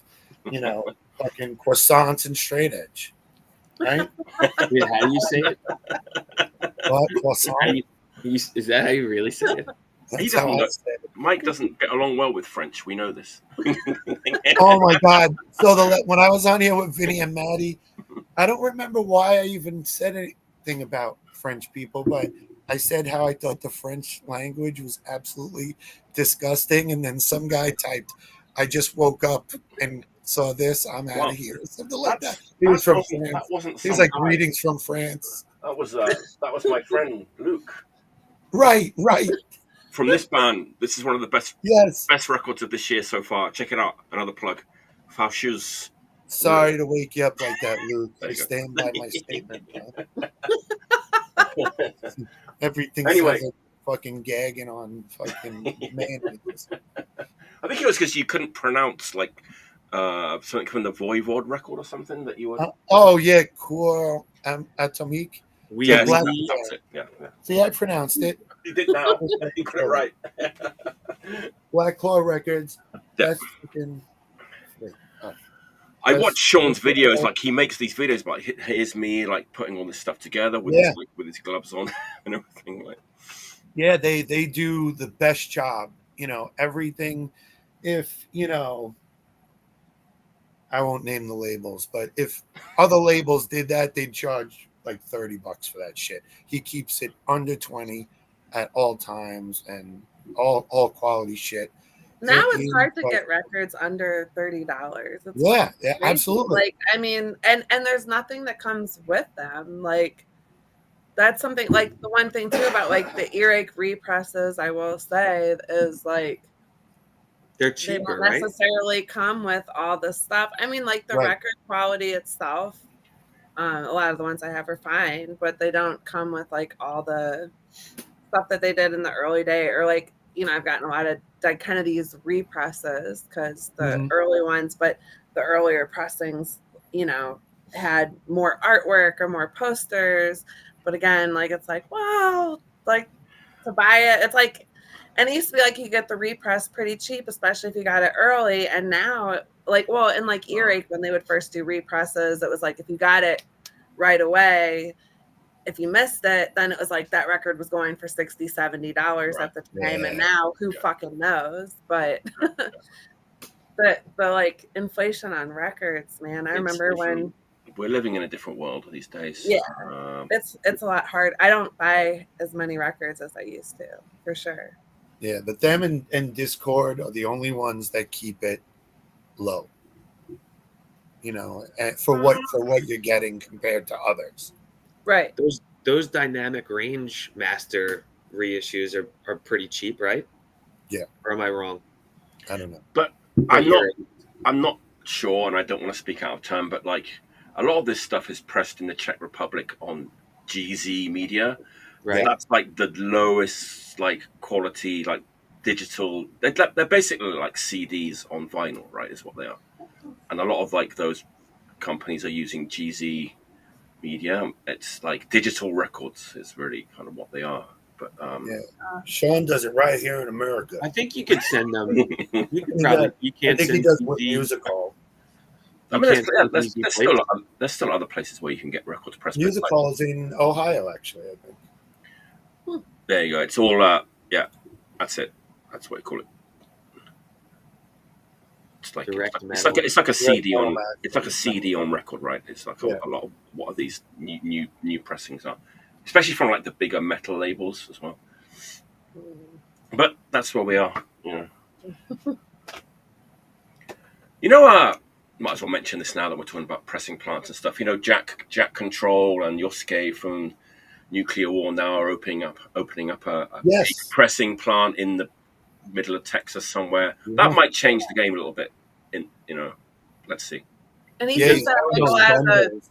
the good ethos behind it too, like wanting to keep it so people can Yep. afford it, but then also like pay people that are working there and not treat them like shit. So Right. yeah, I do think as long as people put their money where their mouth is and support the shit, I think it'll be possible. And I think that there is that. Like he's got a lot of community support. So Yeah, seems like it. Yeah. Let's see what happens. It's exciting. woo, my turn. Yes, last pick. We already kind of talked about this before we started. We did. We were talking about this band. We couldn't resist it. Yeah, we're all and- fans. This is actually the Metal Blade pressing. The Hell's Headbangers is probably a bit better. Go for it. I just told my sob story about it. There I'll leave out of the public. Yep. You know what, I have mine is that. like And the super picture that- shiny though. Is yours like really shiny? No, this is more of a matte finish, and it is a gatefold. So. Oh, okay. This is the Hell's So that is cool. But this is the this Okay. was like the picture disc that I did. Yes. Okay. Too. And this is like a red, like clear red vinyl with black splatter. Or I don't think it's too clear, but Ah, it's a Nice. pretty. Dirty. nice. I mean, it's my favorite Midnight record still. I do like the new one. I liked the one before it. Let There Be Witchery. Sweet Death and Ecstasy ruled too. I love that. Yeah, that's a Mhm. great record. Yeah, it was like that's when they kind of like I was like, oh, you can get like even heavier in a different way. Who knew? Yep. And that's actually how Mike and I met, was like just being Midnight fanatics. And today, my book and let's have the 7-inch came, so bonus content because I still have it out. Yeah, let's look at the book. Read through the book, but Hannah, one of the photographers, you know, these are all her pictures, and She's awesome too. She's great. Like, I mean, I don't know her really personally. Like, I've seen her at stuff. Like, I'm not always the most social person, but I really enjoy her work. so good. I'm happy to support that, and yeah. So It's the book, the main thing, and then the 7-inch is like a yeah. Okay. Mm-hmm. Well, and the 7-inch, it's like, does yours have the same 2 tracks, the Goat Trap and Servant of No One? It's a live thing. Do you know, Mike? Mine, yeah, I think they're the same thing. So there's the picture just disc, different and then there was 2 different colors. Yeah, of one was vinyl. like blue or something. And Yeah, I only bought one. same. Wow. Oh, Who I doesn't like? I wonder if John got all 3. Oh, he definitely did. yeah. Right? Yeah. He's probably got all Probably. the original photographs from the book at this point. He got the snare drum that they used on it. He has a Midnight collection that is something to be envied for sure. Oh, hell yeah. Who doesn't like Midnight? Come on. I mean, Sure. if you like Venom and Motorhead, like it's like if that had a baby, that's Midnight. And Even people I know that kind of don't really maybe even like that, people love Midnight, man. For a good reason. We were kind of stoked when they got signed to Metal Blade and everything, like taking it to the next level, and that they kind of deserved it. You know, I want to say, like, in the modern era, they were a band that did need to get to the next level.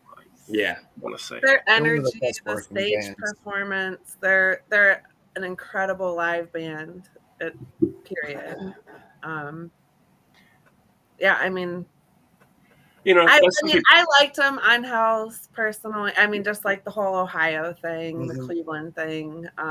But yeah, like you're right. Like going to the next level, and I know like people at House were definitely happy for like him to go to the next. You know, it is what it is. It's the next level. And yeah, I remember like people like we first saw them like in the woods. You know, with the generator, you know, with like 3 people watching, and you know all that kind of stuff.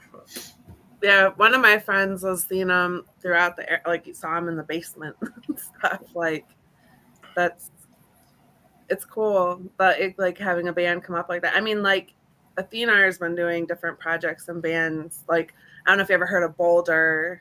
Yeah. So what was funny? One of my best friends, when she was taking math classes, one of the dudes was in Boulder, and there was this question on her math test, like a bonus question that no one had ever gotten right, and because we knew that what band he was in, it was like she was the first person to get it. What's the best band ever? She was able to answer Boulder. He put that on his test. Just pretty silly. And that is true, actually. They did start as like a 7-inch only and like a band, right? They did. That sounds like Fire was the first one. So that's their first LP, right? Satanic Royalty is their first LP, right? The full length. I believe so. Yeah. It's their first. They're only like 7 inches and like and splits and compilations until then. So, yeah. Mm-hmm. And I think that I'm trying to think of 6. Funeral Bell's a 10-inch, right? Is that a 10-inch or is that a? No, I don't have it. So. I have it right here. Go ahead. I just have like all the Farewell to Hell is Farewell to Hell. Oh, that's right. Yeah. But it is a 10-inch. It is a 10-inch. But Funeral Bell was the first 12-inch. Oh, that's a 12-inch. Okay. Okay. Well, those were the ones that some of them had the leather covers that Jamie's mom did. Yeah. Yeah, there you go. 10 John inch. has one of those too. Do you have one of those? I The have a leather funeral covers? bell. A few of them. I don't have a leather cover, no. Wow. No, that's like I think John has one of the leather cover ones. Yes, of course he does. Of course. Yeah, that's not even a question. The minute I put it out, he fucking has it. He's got the spool of thread that Jamie's mother used to sew them together. He has the corpse of the That's cow real. that was used to make the leather. He ate the cow. Maybe. Nice. He's got the turd that came out after. Midnight. Love midnight. We all Yeah, love midnight. cheers to midnight. Cheers to Oh, midnight. yeah. Athanor, as he was christened at birth. I can't believe we've come to the end, Anthony. This better be fucking good. It's good. Better be good. No pressure. No pressure. It's pretty good. I don't know if it's Pretty best good. for last, but it's a newer band. Alienator. Oh, Oh, Time to Die. I might be able to use our new expression, outed.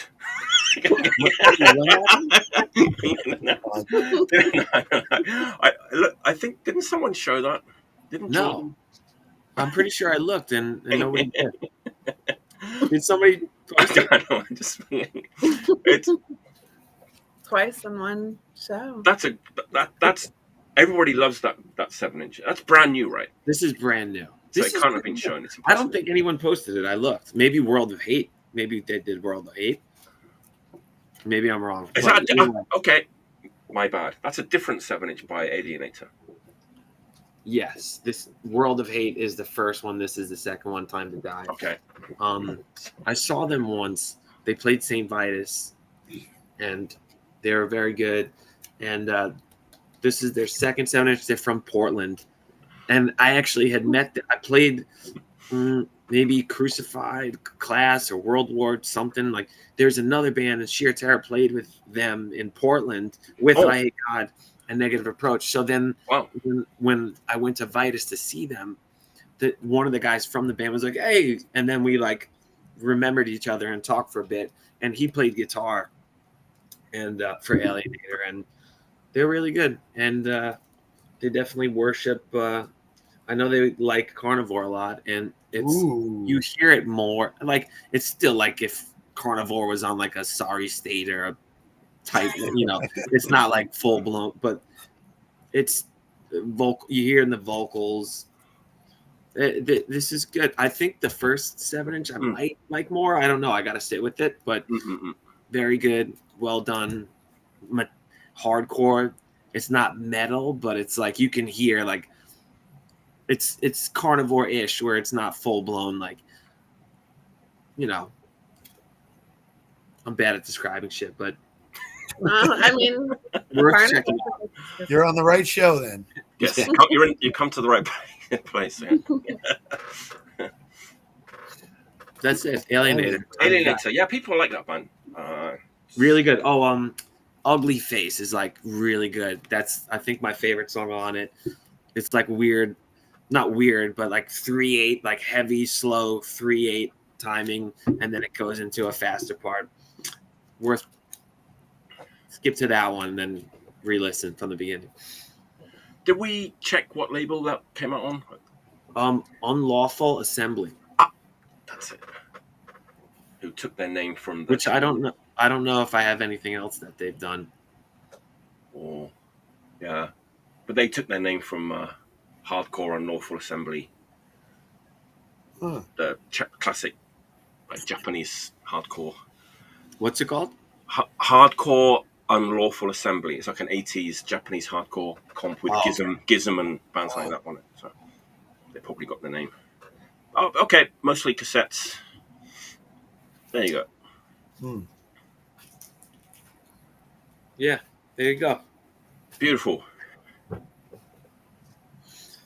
What else? Could that be What else? You know what? You know what? I was also thinking, but I didn't get the record yet. But no means no. Wrong. I only really just got into it like a week ago, but I love that's a great record. I would kill to be able to hear No Means No like for the first time. Damn. I listened to Wrong and I was blown. I'm like, how did I miss this fucking record? Because you weren't born when it came out. That's the one with the cow on the cover, right? Yeah. Yeah. I love the record they did with Cello. Me too. That's That right. one Great I've heard, fucking record. but I never heard like the actual band. Did you ever hear their Dead Kennedys cover? It's Which one? acapella, Forward to Death. Oh yeah, I have heard that. You know what you want to do? You want to check out the Hanson Brothers. I know. That's like the Ramones-ish. The No Means No doing like I've Ramones listened to style. them. Oh, wow. I need to revisit it. But I have listened to them. And That's even some of there's a couple of like more straightforward songs on those No Means No, on Right. Wrong at least 2 or 3 that are very good. All right.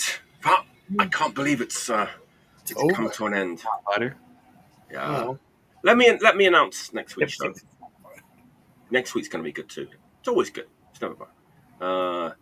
Cooch, Chris Mini Coochie, Painkiller Records, Radio Raheem, Oh, I love The it. Man, Big Painkiller Records, Justin Briggs, Warthog Speak Check it out, Paul.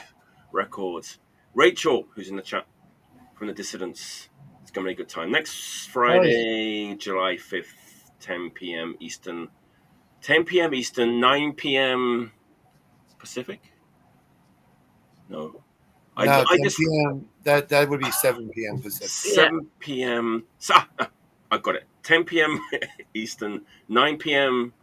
Central, Yes. 8 p.m. Mountain. I just realized, I just found out there was a mountain time, whatever the fuck that is. And then like 7 p.m. like the other one. I can't read all the time zones in the world, so check your YouTubes. It's been a great show. We'll probably carry on chatting for a little bit right after the show for my Patreon content. Right on. Shall we say farewell? Sure. It's been a great chat tonight. Lots of people in the chat. Always appreciate it. Bye. Bye. Let me do the sign off, the catchphrase. Until next time, stay healthy and stay